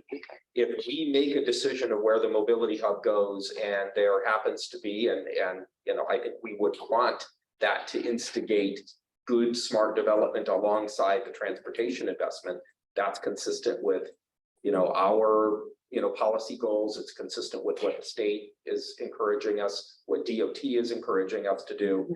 And should there be, you know, opportunities within that made sense, absolutely we look at that. But, you know, we are not combining a Sandag personal real estate need with a decision on how to make a transportation investment. Those are distinct. Well, the reason I was asking that is because I didn't know about the port side, that intrigued, you know, my interest is what about the 10th Avenue MTS site? You know, is that something that can be done and co-locate basically MTS? Is it large enough? Because it already is somewhat of a trolley hub as well. There's a maintenance and things like that. Is that a possibility? It's something that I believe was looked at as part of the airport connectivity work. I'd have to go back into that to list out the reasons that was not preferred as an alternative. But you know, we need a footprint and we need interconnections to really make a mobility hub that's gonna work. Right. If there's a great site out there that we haven't looked at or we missed something, we're not close to anything yet. But I believe we did take a pretty good look at that and there were some drawbacks to that. Is the 10th Street that you're talking about? Is It's that the Imperial MTS talking bill, yeah, I'm sorry, not Okay. ten. Yeah, yeah, yeah. Imperial, it's right around about? there. Yeah. No, I get it. Yeah, I the get it. tower and everything. I thought, I well, get it. I yeah. get it. the The clock. clock. Yeah. In the main area. Ryan, I have a couple All right, thank you. questions. You said you spent about 20, over 25 million to date. What percentage of that was looking at, as you call the spaghetti of the Navwar, Spaywar site? Obviously, that's a very complicated site, but it seems to me that when we're talking about a central mobility hub, there are very few locations existing where you have, coaster, Amtrak, trolley, and bus in one location. Old Town is one of those locations, and I'm thinking about the North County and, folks, I do a lot of work up there, and folks up there, when they hear about these sorts of things, right? They say, this is just another downtown, this doesn't benefit us at all. But telling somebody that lives in Carlsbad or Oceanside or Vista, we're talking about one connection. So I could take the coaster down to that site. So it does seem like a very logical site, but I'm wondering of the, that obviously Spaywar just south of where that is, and you have all those existing connections, whereas you're not needing to change routes to build new lines, to build a new route. So it does seem very, very logical. So what percentage of the money that's already been spent was analyzing on-site alignment within the Spaywar Navwar site? I'd say, on the actual Spaywar Navwar site, not a whole lot. I'd say the bulk of that, and it's really hard to parse out, which ideas came from which dollars. But, if you really look at the money spent, a lot of it was spent on figuring out the detailed alignment. And it really wasn't that complicated from Navwar to maybe the airport property. But we spent a heck of a lot of time and energy figuring out how to thread a transit alignment along the east side of the airport, hooking around the end of the runway at Pack Highway and Laurel Street, which may be the most congested, right-of-way congested piece of the entire county. Thread it around the end of a runway, which you have, runway protected zone, FAA clearances, issues that you got to resolve. And, you have Solar Turbine on the other side, Laurel Street is, if we could you can't add more feet there. I mean, it's just is what it is. And then getting it around and then threading that alignment through what the airport is doing on an active construction project and getting it into that terminal, that was hard. And, we spent money and time and blood, sweat, and tears trying to figure that out. And, we had meeting after meeting after meeting with, the port folks and the airport folks and, maps and markers trying to sort that out. And, the great thing about that is virtually anything we try to do with that airport connection, we're going to use the bulk of that alignment work that we did. And so that isn't being lost. Now, we did spend some money trying to figure out, the finances of whether we could make the Navy deal work. It wasn't a whole lot of money, but we spent it. And you know what? I think that was maybe the best money that we spent in figuring out that something doesn't work and not going down that rabbit hole farther than we needed to. So, I'm comfortable with that. The study and the work that we did looking at Navwar, that led us to some of the better ideas. And, that understanding is being translated into what we're doing in the future. So, I actually think that was, we got a lot done with that first 25 million. The next step is to really identify the project that we want to move forward with and get that consolidation, get that consensus, and get it into the formal clearance shovel readying process so that we can then, really with some good information, start talking publicly about what we want to do with this program. So the concept study related to the airport connection, that's going to analyze a number of alternatives. That's kind of the more short-term, immediate term. To what extent do all of it? So it sounds like, will all of those alternatives all use the same alignment that was the same kind of connection, internal alignment that was studied and paid for with this first 25 million? I would say with the exception of some of the, we're looking at a couple of, kind of cheaper bus alternatives that really aren't going to benefit from that work. I'd say even the trolley connection that we're studying, utilize, looking at a connection between the existing trolley network, which we're looking at breaking off the main line around Hawthorne and then going up Harbor. Even that is now going to be looked at using the same alignments we worked out, in the NAVWAR efforts. Because once we got the airport to agree and preserve for us, an alignment through their Terminal 1 project, it's hard to do anything different now. And we figure that out, whether it's a trolley or an APM system or, an ox cart on a fixed guideway, you're going to still want to do that same alignment. And so, yeah, we were able to get that inside that first 25 million, and that's gonna translate to everything we do. That makes sense. And then I had another question, it just slipped my mind. So let's see if it comes back. But in the meantime, Michael, we'll go to you. For your concept study, you can put it in the ground at grade or elevated. Or are you looking at all three of those, or is it just a tunnel? No, the concept study is going to look at elevated options and below grade options. At grade doesn't really work through downtown San Diego. So, we know enough to know that, but, you can do it with an elevated guideway. You can do it underground. Underground costs more, but there are fewer impacts. Elevated costs less. There's some constructability benefits to that too, but, it can be done. And, that's exactly the type of information that we want to present as part of the concept study, share that with the board and get some direction as to whether they, what's important to them. Is it important that this be, a subway style system? There's a lot of benefit to that, but that requires a bigger investment. You want something elevated like, mid-coast at Genesee, that can be done too. It's cheaper. There's some benefits, but, we're going to need some direction on that.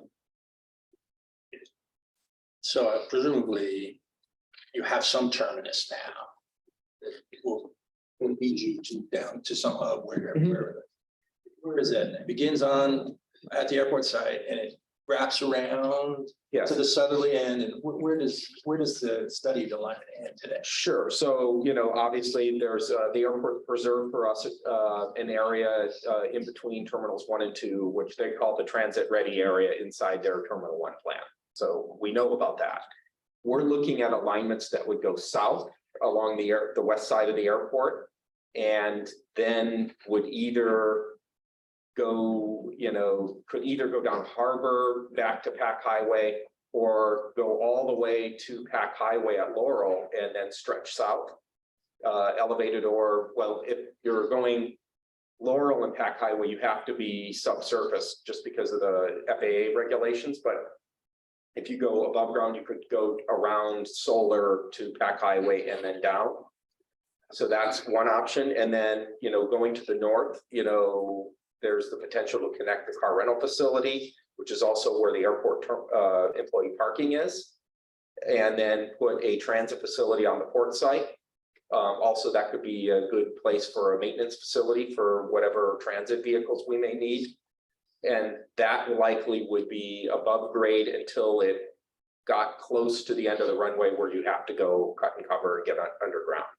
So, it's really, I think the question of above below is going to be on a southern connection, whether you want to stay underground or whether you want to try an above ground solution. And then there's, when you get downtown towards Santa Fe Depot, there's, options to try to cross over elevated north of Santa Fe Depot, or you could go south, like along Broadway, either above or below ground.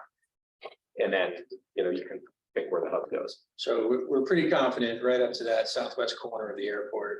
We're either, we can either wrap all the way around and go up to the Port Authority building. And that alignment is generally no, because that was part of or you could head due south on Harbor or come across. Or both. and then go You know, south again. go underground to get to the end of the runway and then break south underground. You can do that too. But that still borrows from what we learned looking at, you know, that connection when we were studying Nabor. Well, I certainly see some real value in getting the airport and to agree to an alignment just to get off the property. So I mean, we got that much for, I don't know how to do the cost benefit on that, but I can see that that's probably costly. And we did get that out of it. And we did probably more engineering on that than we ordinarily would do at this level of project. And that did cost money. And the reason for that is the airport was moving forward with Terminal 1. And we needed to get these questions under consideration, nail down detail that was probably a lot farther, you know, than we ordinarily would at that planning stage. That probably cost us more money, but had we waited, those decisions would have been made. And, you know, one sign of success is as the airport was completing their Terminal 1 design, they had one of the, you know, their flyover bridges that was inconsistent with what we were trying to do. And the airport actually took on, I think it was a $1.72 million hit to, you know, adjust the design of one of their Terminal 1 bridges to accommodate this future alignment. And so that was them buying into the engineering work we did with them. And, you know, that had to happen early, otherwise we were gonna get constrained. So now we've cooked that, we've got that, it's in, you know, they're building it and they're comfortable with what we're gonna need to do on their property. And you can't just come into an active airport and do stuff later. So, you know, I think that was really worth it. Well, good luck. Thank you. Well, this has been a very helpful, long conversation. And we had a little shorter agenda, so we were able to have this. But I do think we need to move on to other items. So Ryan, thank you so much for being here. And we look forward to future updates from you. Absolutely. Thank you. Thank you. Okay. We'll move on to item number 11. And we can get a regional bikeway program status update from Mr. Kluth, who's here to present. Has been waiting very diligently. I forgot my whole presentation. Okay. Good morning, good to be back at ITalk. It's been a while. Yeah. Let's see, sorry, smiling. Okay, got a kind of a quick update for you to kick off the new year. We're here to talk about the Regional Bikeway Program update, the early action program. Just a quick review was adopted by our board back in 2013. There was the original $200 million in TransNet funding investment to get us started on that program. Attachment 1 kind of shows the first list of projects that got us rolling in your agenda item. Kendall, are you yeah, okay, thanks. So we'll just go over kind of where we are in the program. Couple highlights on some completed projects, the projects that are in construction, because kind of that's what, at least in our program, that's what we're all about, is getting our projects built and getting people out there. A little preview of the projects that we've got coming up, and then a brief overview of some of the funding and cost issues that we're kind of dealing with and working through right now. So there's in table 1 on your report, there's a summary of the current implementation status. We've got 23.4 miles of bikeways that are now open to the public. 11.3 that are in construction, 11.3 miles. And then another 24.6 miles worth of projects that are in final design. All of those have been cleared through CEQA or NEPA. We do have a couple projects that we are getting set up to also go through, but to take advantage some federal funding that's become available, but that should be pretty straightforward. So we've already kind of got that process kicked off. Let's see. So let me hit a few highlights of the projects that we've opened. Next, Kendall, please. We got the Uptown, 4th and 5th, North Park Mid City, a couple of projects in the North Park Mid City network. Next, please. The SOA 1 was kind of our top priority project from the bike plan. 4.5 miles of protected bikeway right here in downtown, 4th and 5th. If you've seen it, I think it turned out pretty well. Next, please. Couple pictures from the opening and next. So it's really kind of a complete street project, lots of pedestrian improvements, lots of transit improvements. I think it really fits the context well and yeah, getting some good ridership. Next, please. The next project was Mead Bikeways, more of a bikeway boulevard through largely residential streets, but making connections to our regional transit investments. Next, please. You kind of see it's a series of traffic calming elements, speed humps, neighborhood traffic circles. Next. And again, other pedestrian benefits and amenities with numerous pop outs and rectangular rapid beacons and more marked crosswalks. Next. And the next project that we finished was Landis in the same general neighborhood, kind of working on our network. That's how we think of our projects as completing our regional bikeway network. So Landis is the blue line. Next, please. This is very similar to me, very similar context, so similar treatments, traffic circles, and other traffic calming elements. Next. Here's our projects that are in construction currently. Actually, they're all pretty big projects. First up is Pershing. This will be next project or next slide, please. Really transformative project, 2.3 miles connecting the downtown cycle track network all the way through Balboa Park into the heart of North Park. So when we're completed with ours, you'll be able to ride in a completely separated bikeway from North Park and Balboa Park all the way into and through downtown. Next, please. This is kind of the before, after the city had come in and narrowed that down.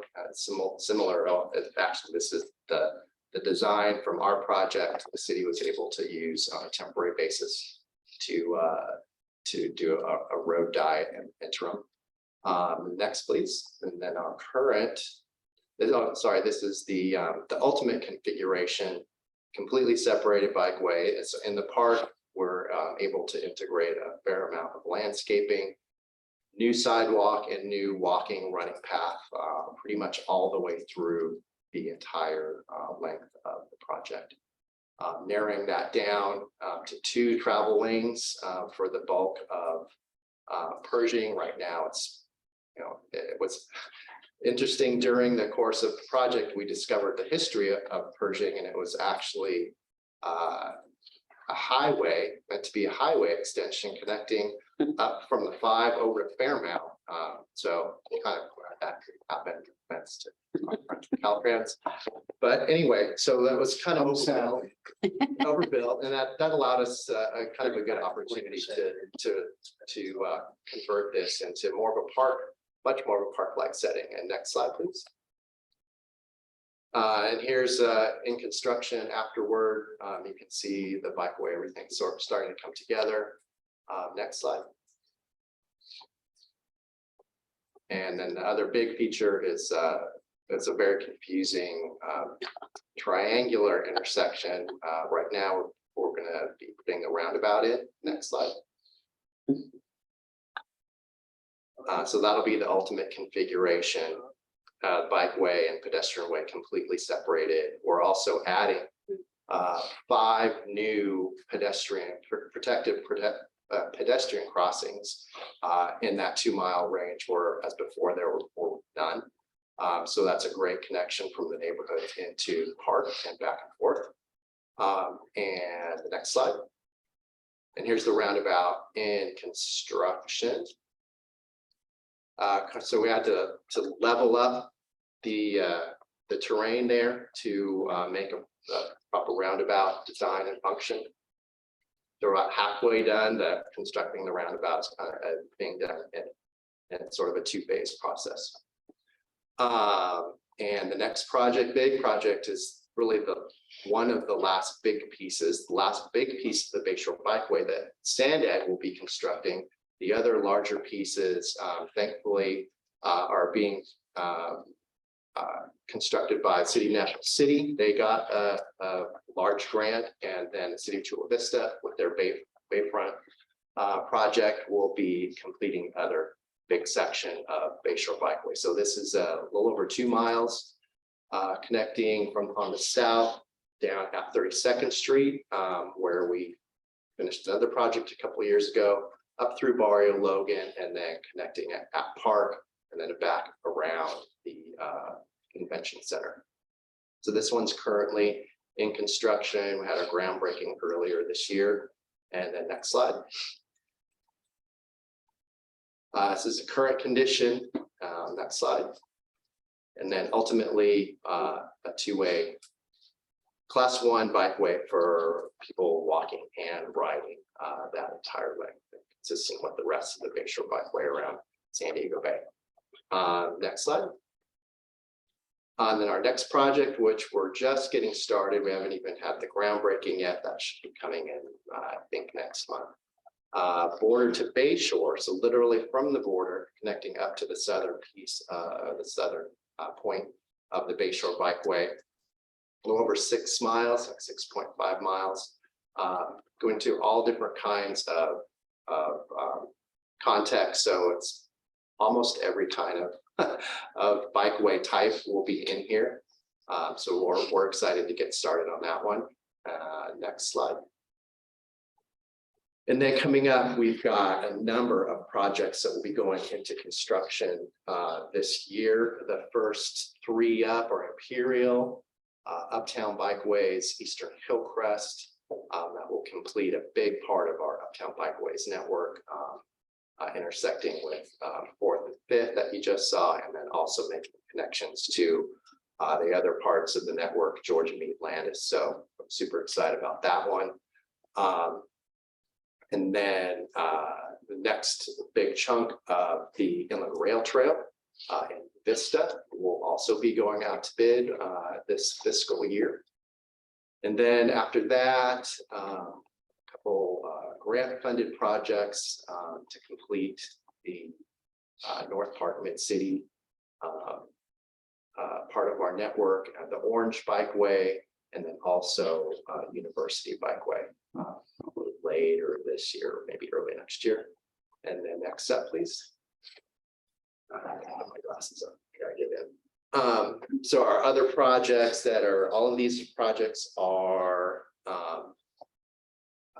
designed. Well, the first 3 projects are designed and cleared. Uptown Bikeways Washington is fully funded for construction, so we're in project review on that with the City of San Diego. Central Avenue, we got a nice grant from the Active Transportation Program from the state, so that should be going into construction as well. That will be fully funded, and then also we got a partial grant for Howard, but we are hoping to get the rest of that funding together. And then Robinson and Mission Hills, and then certainly last but not least, team working here to do the next regional bike plan or the next regional active transportation plan update. So that'll be a big one where we can take a new look at the network, integrate in connections to the Central Mobility Hub and all the other mobility hubs throughout the region, and kind of take a fresh look at how we will probably prioritize the implementation of those projects, how we can prioritize them how we can take more advantage of integrating those into some of the larger corridor projects. So that will be that'll be a big effort that will be kicking off this year as well. Next, please. Okay. Couple just quick highlights on funding. So our current, so as of December of last year, we have programmed approximately $394 million into the bikeway program. The TransNet funds, we have 190 million, so 48%. We've leveraged another 204 million for 52% from other federal, state, and local sources. So we're continuing to be able to leverage the funding and the work and the planning and the design work from that TransNet investment to other larger and additional outside funding sources.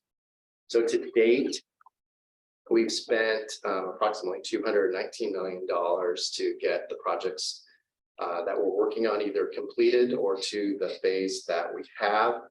We estimate that we will need, let's see, to complete the projects that we've got going into construction that we have committed ourselves through grants and other means, that we will need another $68 million because of all of the increases in construction costs and materials that we've seen sort of across the board in all of our projects.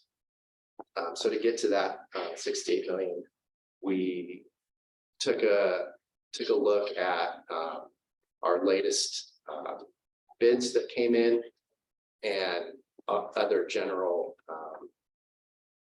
inflation rates and escalation rates, looking at applying those kind of across the board for our projects that are still either in construction or coming into construction. And we're pretty conservative on those. So that 68 million, there is a strategy that our finance team has thankfully put together. I don't know that it's finalized yet, but I imagine that when that is, we'll be coming back to provide an overview and summary of that to this group as well. Bulk of that, if not all of that, is outside funding sources, but the federal carbon reduction plan program.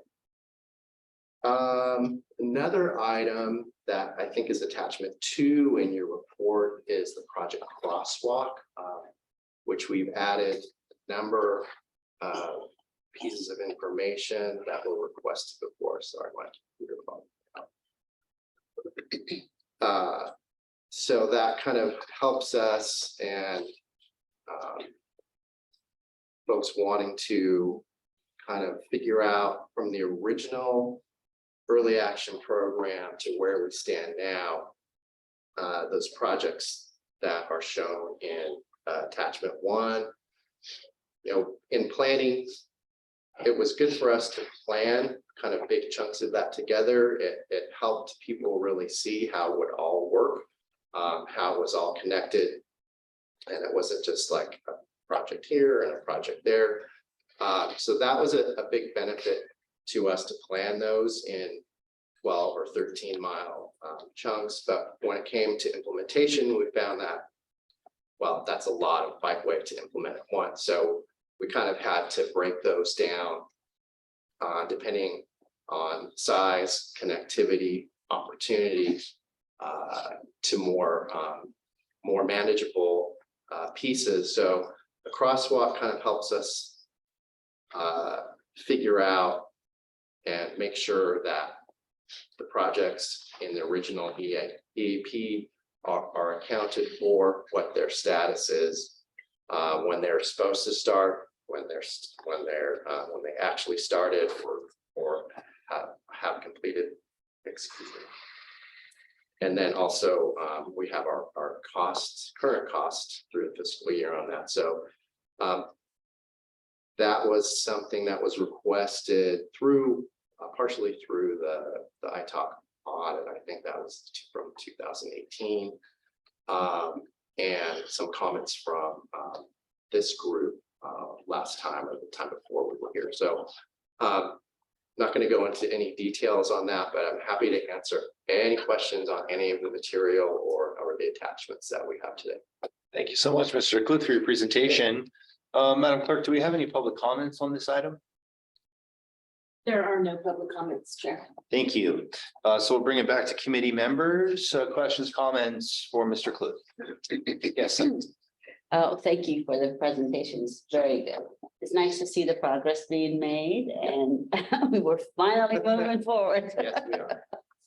So Chris, I have one question on your attachment 1, where it shows the cumulative cost for the various. And I see 460 million there. What other funds are there? Because your first table shows 393 allocated. So can you explain the difference between the two numbers? Yeah, the first table shows the original cost estimate. Okay. And, which was low, even though it wasn't like a planning estimate. We actually did a fair amount of preliminary engineering to look at all of those. But through the implementation of the projects, largely in the city of San Diego, we ended up having more intensive civil improvements as we were implementing those projects. And then also our projects that are either in or adjacent to or crossing light rail, those had a lot of additional costs that were not necessarily fully taken into account. New regulations from the CPUC, new deals that we had to work with through BNSF and the city of San Diego and SDG&E. So that was the kind of our starting point. And so right now, I think in table 1 is just a summary, I think. So where did the difference come from then? Was it TransNet or local funds or? Yeah, you have an update on? Yeah, table 1 is our leveraging, the summary of our leveraging table. Yeah. So 31% from federal, 11% from state, 10% from other local. Right. Makes up that 52% leverage. Right. But the 60-some million that was extra, where did that come from? Where's the funding? How did that get covered? You have 460 million showing cumulative spent in attachment 1. Oh, that was the estimate, not what we've spent. We've spent 219 so far. Okay, so it says rolling total cost. So that, what does that mean? Is that when you finish, is that what the cost gonna be? That was the original estimate. Oh, I see. Yeah, that was from 2013. Oh, okay. And I wish. and maybe help explain the distinction between above the line and below the line, right? Yeah. So it's 460 total, but the EAP only is constitutes the top part of the chart. Gotcha. $200. Okay, okay, so the rest is, nice to have, but It's in the not plan, priority. but it's not the EAP. Gotcha. Okay, that makes more sense. Okay, and thanks for updating this other table, the crosswalk, we call it. I think that's really helpful, to just see the status. The 68 million that you're short, is that a couple of projects or several? How do you define that breakdown? Yeah, that's, so we need a little bit more for our Pershing, Barrio Logan, and then all the other projects that we have coming in construction. Okay. We've updated our engineer's estimate, given all of the context of the current inflation and raw materials. I mean, some of the raw materials are still, they're sort of leveling off, maybe coming down, but we're still, we don't want to get caught short. So we're though it's really some of that 68 is all of those projects that I said that will be coming online and into construction over the next 12 to 18 months. So is that a cost for delay of construction, or you're sure that you're gonna get the funding soon? We've done our best to anticipate that and look at how far out we think they're going to be. Okay. Yes, delayed and added escalation for that as well. Okay, perfect. Thank you. Other questions, comments? Pedro? Chris, hi, thank you. Couple of comments. One, I appreciate the list of all of the projects and the pictures of how they look and stuff like that. In the future, can you put maybe when you're looking at the completion date for each one of them? Sure. On the, and I don't know if you know off the top of your head, but the Pershing one, do you have an idea when you're looking at finishing that? We are currently looking to finish the project in early February. Of this year? No, I wish. Okay. Next year. Oh, I know, maybe there'll be big chunks of it that may be open to the public a little earlier than that, but we kind of have to see where we are. But so far, it's almost on schedule. Okay. Yeah, pretty darn close. And the one on, I guess you call it North, on Harbor, the one that goes, that connects to, yes, that one. Yes. When are you looking at that one?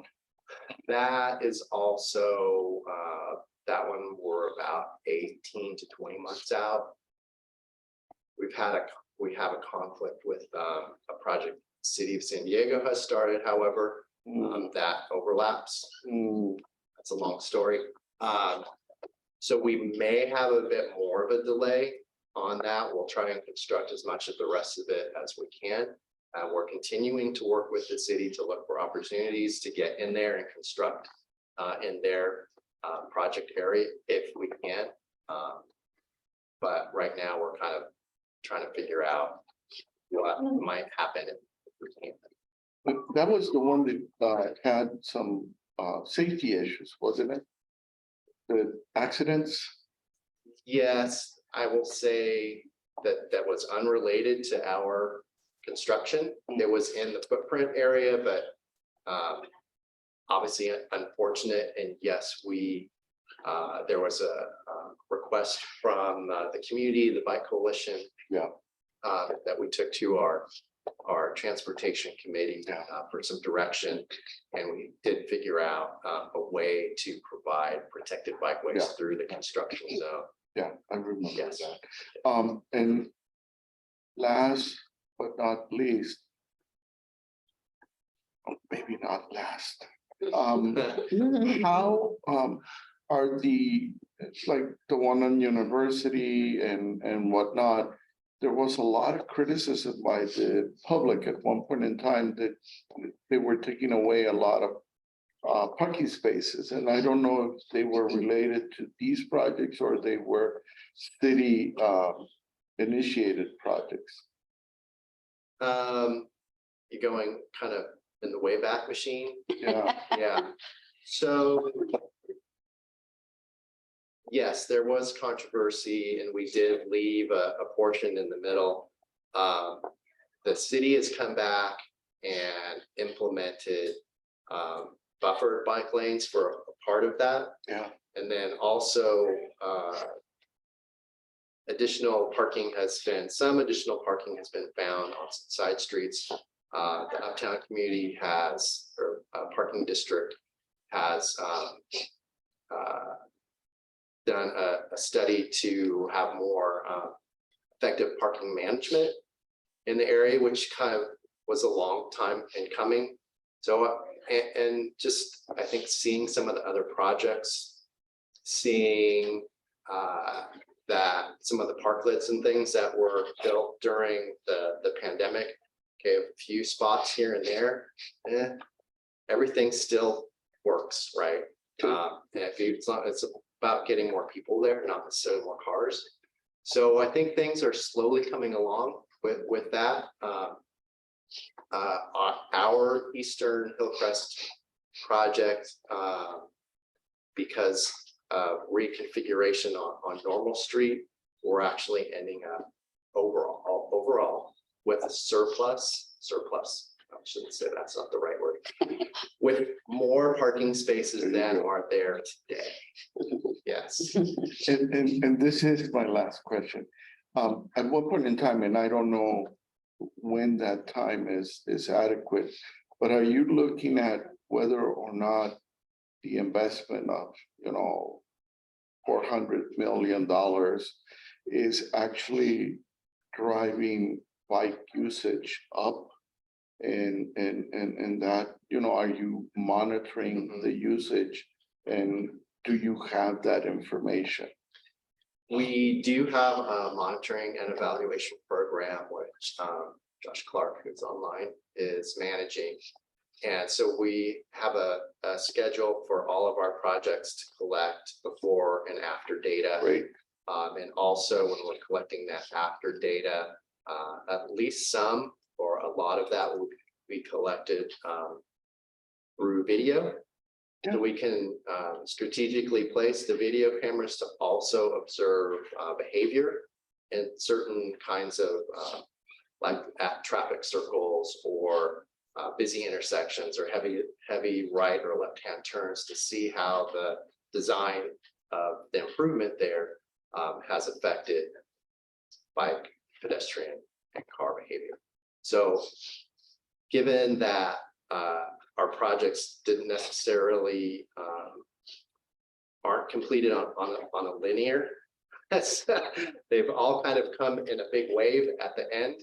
A lot of these bigger urban projects have been open less than a year or about a year. So we'll be collecting our first after sets of data this spring. We'll be starting to build that data, but I mean, I don't think we'll have an honest assessment or a very thorough assessment for a little while after that. So we can collect more data. Great. Yeah, It would be we very do have the interesting to see program. that. Thank you. Stuart? Thanks, Chris. Just a couple of nitpicky things and then a couple of other comments. First, that current implementation status chart is a really good one. I would just encourage you and other SANDAG staff, anytime you put a chart in, it's always really helpful to include the units and the axes.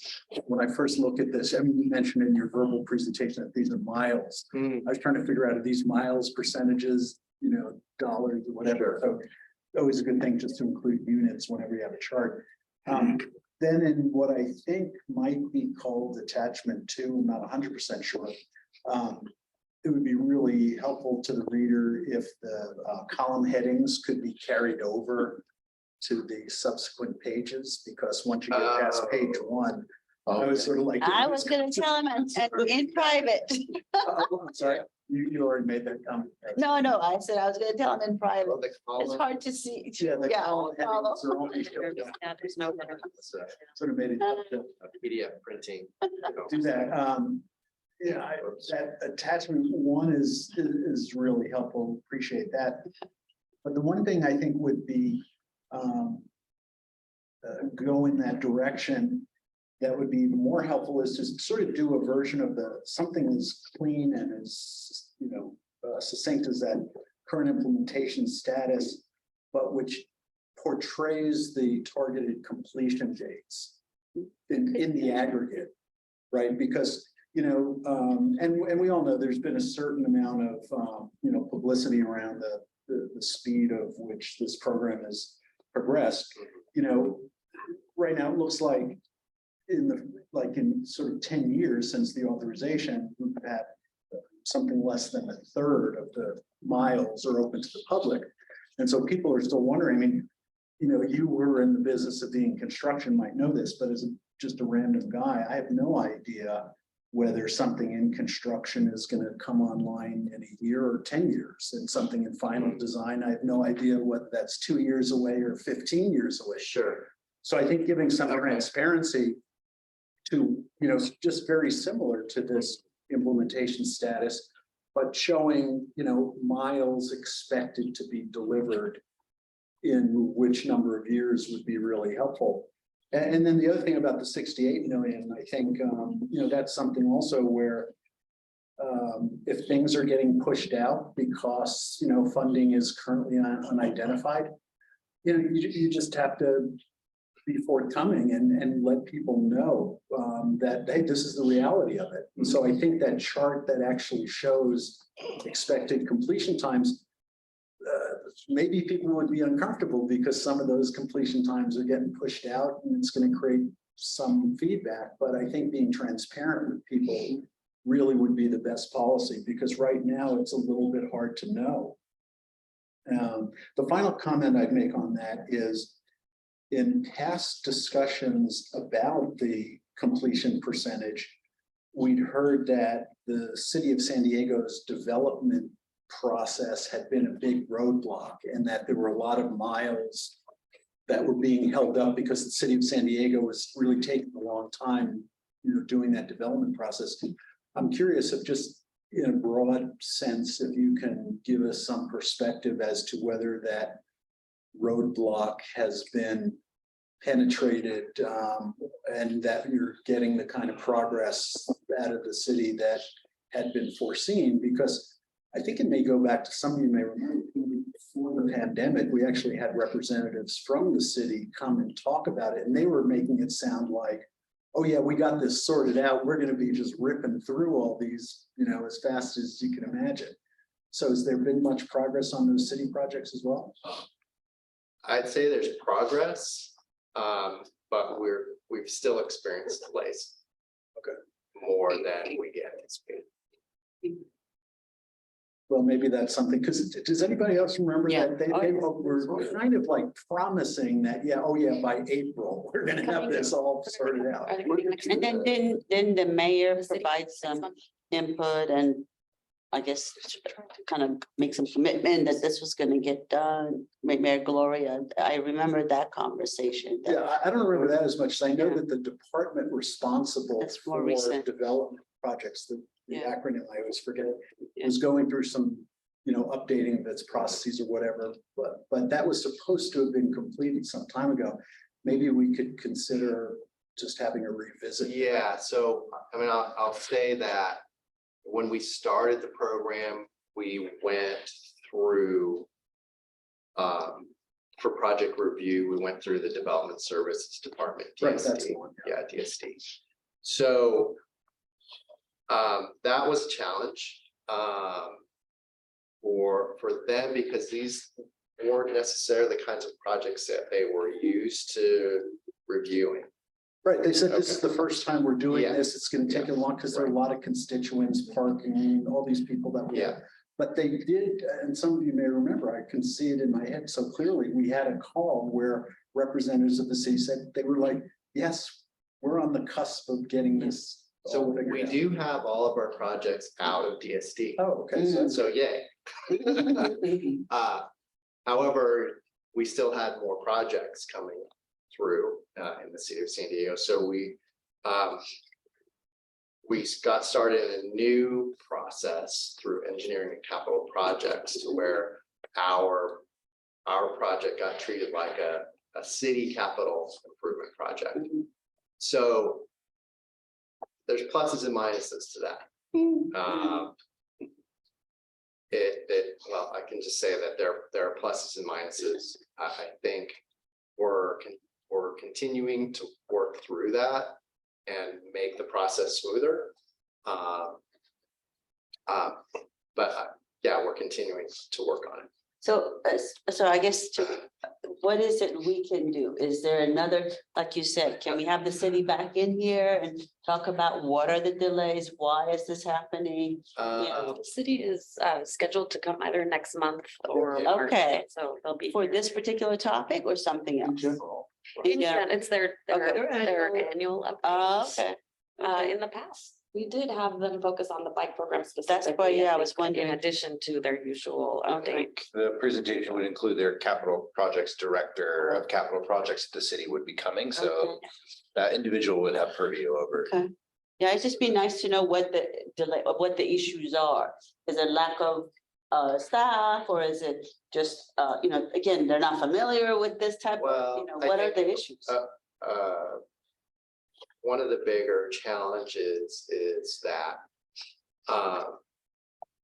the city standards, their street design manual don't necessarily include a lot of these kind of newer best practices designs. And it's very laborious to get all of the different asset owners to review that, think about it in this different context, and accept that is something that's going to function for them and something that they're able to maintain. That's a big challenge. But they're the ones that originally adopted this whole Green Street and, you know, program and wanting to do this. So that's interesting that they haven't updated standards to cover that. Yeah, I think there are some updates, but you know, ours has been a more ambitious approach to project design. I see. I mean, we take things that are done in other places from NACTO, National City Transportation Organization, which the city is a member, but translating that onto the ground is, I get it. It's a work. It's a work in progress. Deviating from city standards, is very difficult because at project review level, especially at DSD, where I have a lot of personal experience, you know, you get a line reviewer in a cycle review for a public improvement permit. Right. And they're saying, well, our standard manual says this. And then that line reviewer to work that up the chain, to get to a decision maker that feels comfortable saying, we're going to deviate from the published standard, takes a very long time. And if you have on any single project, you'll get a cycle issues report that's 25 pages long with 47 issues where if you need deviations on every single one of them, to get the decision makers, you know, that is very difficult. And then there are, you know, hundreds of other competing projects that are also asking for those sorts of things. So that becomes extremely laborious. Yeah. Well, so to give us some perspective of the magnitude of how much this is a problem in the context of the entire program, is there a very rough number you can give us as to what percentage of unopened miles relate to the city of San Diego? Is it, you know, like half or more of the unopened miles of city of San Diego related, or is it less? More? Well, the projects, let's see how many projects we have. The projects that we saw today, the only one that's not in the city of San Diego is Inland Rail Trail. It's in Vista, and then part of Border to Bay Shore is in Imperial Beach. So the rest of those projects, which is, you know, the bulk of them, are in the city. At this point, we don't see that the review process, to answer part of your question, looking forward, we don't see that the review process will be causing us further delays. It's really kind of has worked together to where, you know, the increase in costs has caused us to have to go, okay, well, now we need to piece together the rest of the funding. So we don't anticipate having to delay projects at this point because there are still a few projects that are waiting for that final signature. In the past, it's hard to quantify. You know, we know how long it took. And we know how long we wanted it to take when we started. So, you know, you could probably put some sort of time and dollar amount on that, but we haven't really gone through that entire exercise. We've been focusing on getting the projects approved as fast as we can and getting them into construction and not really looking backward, knowing it's an issue. Absolutely. Yeah, we haven't quantified it to be. Got it.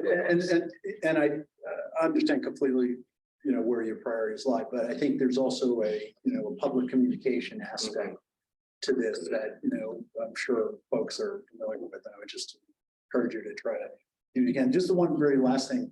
I'm curious, are those big green block things in intersections?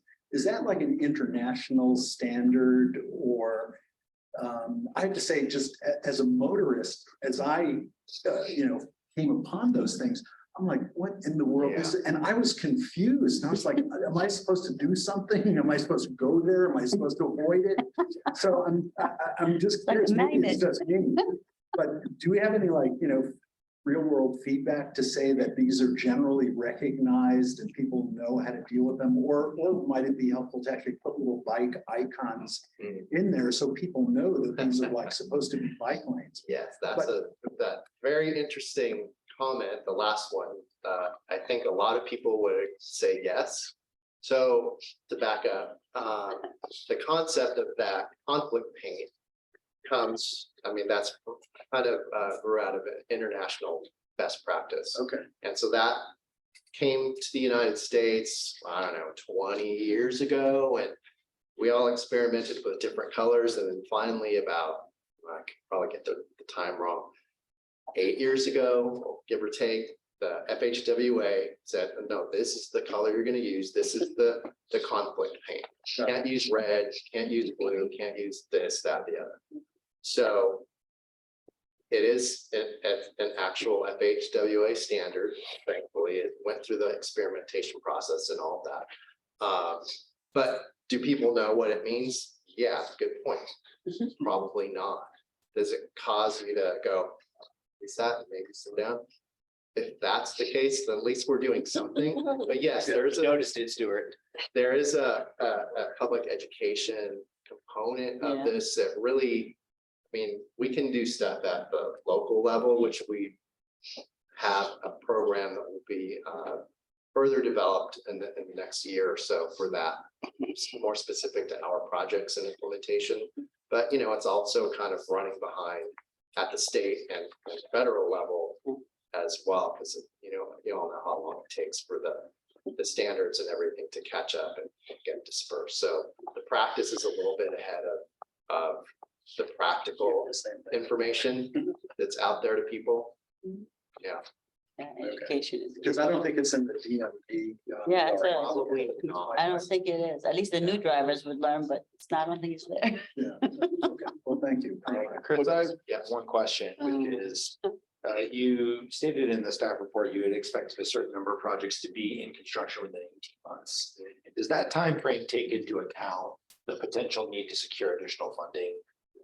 Okay, so we expect to have the financing piece completed and then these projects to be under construction at 18. It wouldn't be 18, plus any other potential delays for additional financing challenges. Yeah, the bulk of the projects that I featured there, we do expect to have in the construction process or in the bid process within 18 months. Okay, yeah, and then just a comment that obviously, TransNet is the single largest source of funds for these projects, and that's unusual, for us. So I think it's really important that they're implemented. And as a cyclist, I rode down University this past weekend, and I'm very excited about that project. There's so much right away there; it's enormous.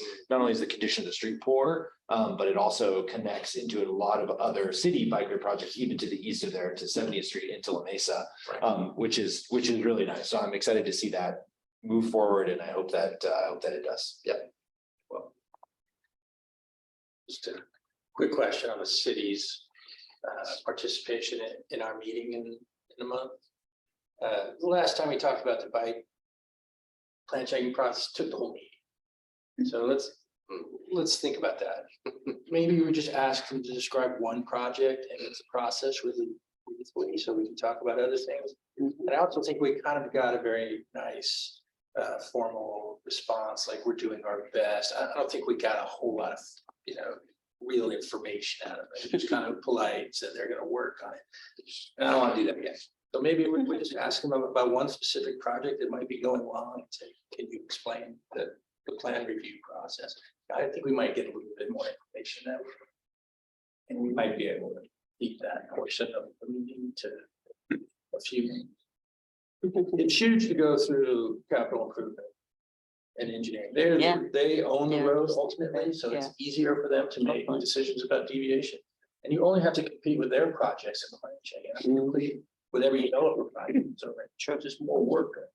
Okay, so the fact that they did that for us is a really powerful thing. I don't know what else they could really do to move these things along faster. If you change the drainage by putting a curb in the middle of the road, you've changed the drainage. That's a challenge. It's not a problem. This is a challenge. They're not doing something wrong. They just have to take the time to figure out, will this new drainage work? It's not gonna reach the curb. It's captured by that like that. So it just takes a while. Yeah, I think- They've gone to they've taken out a DSD. They've probably done everything they can from plan checking timeframes. It's just the truth. Yeah, you're right. And, you know, I think as we move forward, you didn't ask this question, I'm sorry. But as we move forward in projects that have not been designed yet, I think there'll be a need to kind of have a project charter with whatever city we're in to ahead of time more clearly spell out like the level of intensity of the improvements. I think a lot of these projects could be done less expensively, but then there's the trade-off of, okay, they're not going to be bulletproof for the next 50 years. They're going to cost a little bit more maintenance in the short term, but man, they might cost a quarter or a tenth of what we're spending. They're great projects, but they're very expensive, and they end up, we end up then getting into fixing that drainage, and it's unraveling a sweater.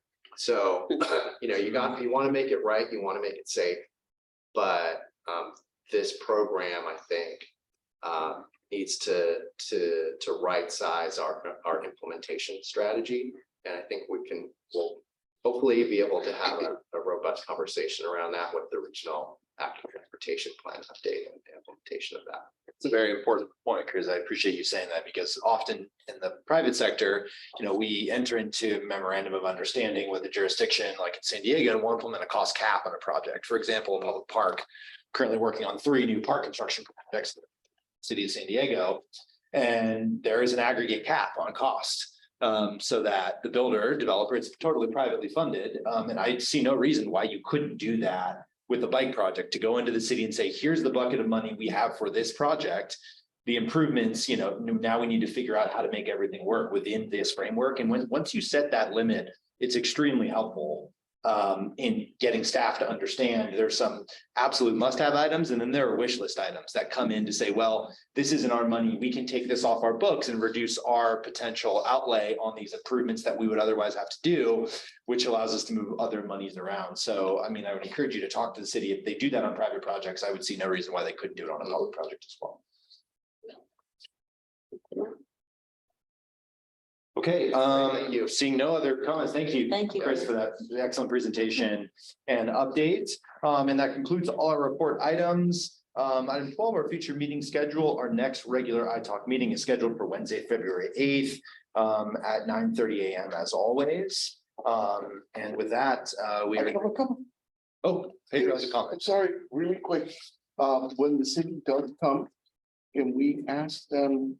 I've been rattling my brain of how to ask this, but can we ask them for a presentation, maybe short, of their payment condition monitoring program, of how they spend the maintenance dollars that we give them, because I see the roads. The roads are terrible. Especially after the rain. With the rain, I feel the roads, yes. So, Feel the roads. thank you. That's it. Thank you, Pedro. Feel the And bumps. with that, we are adjourned. Thank you, everyone. Thank you.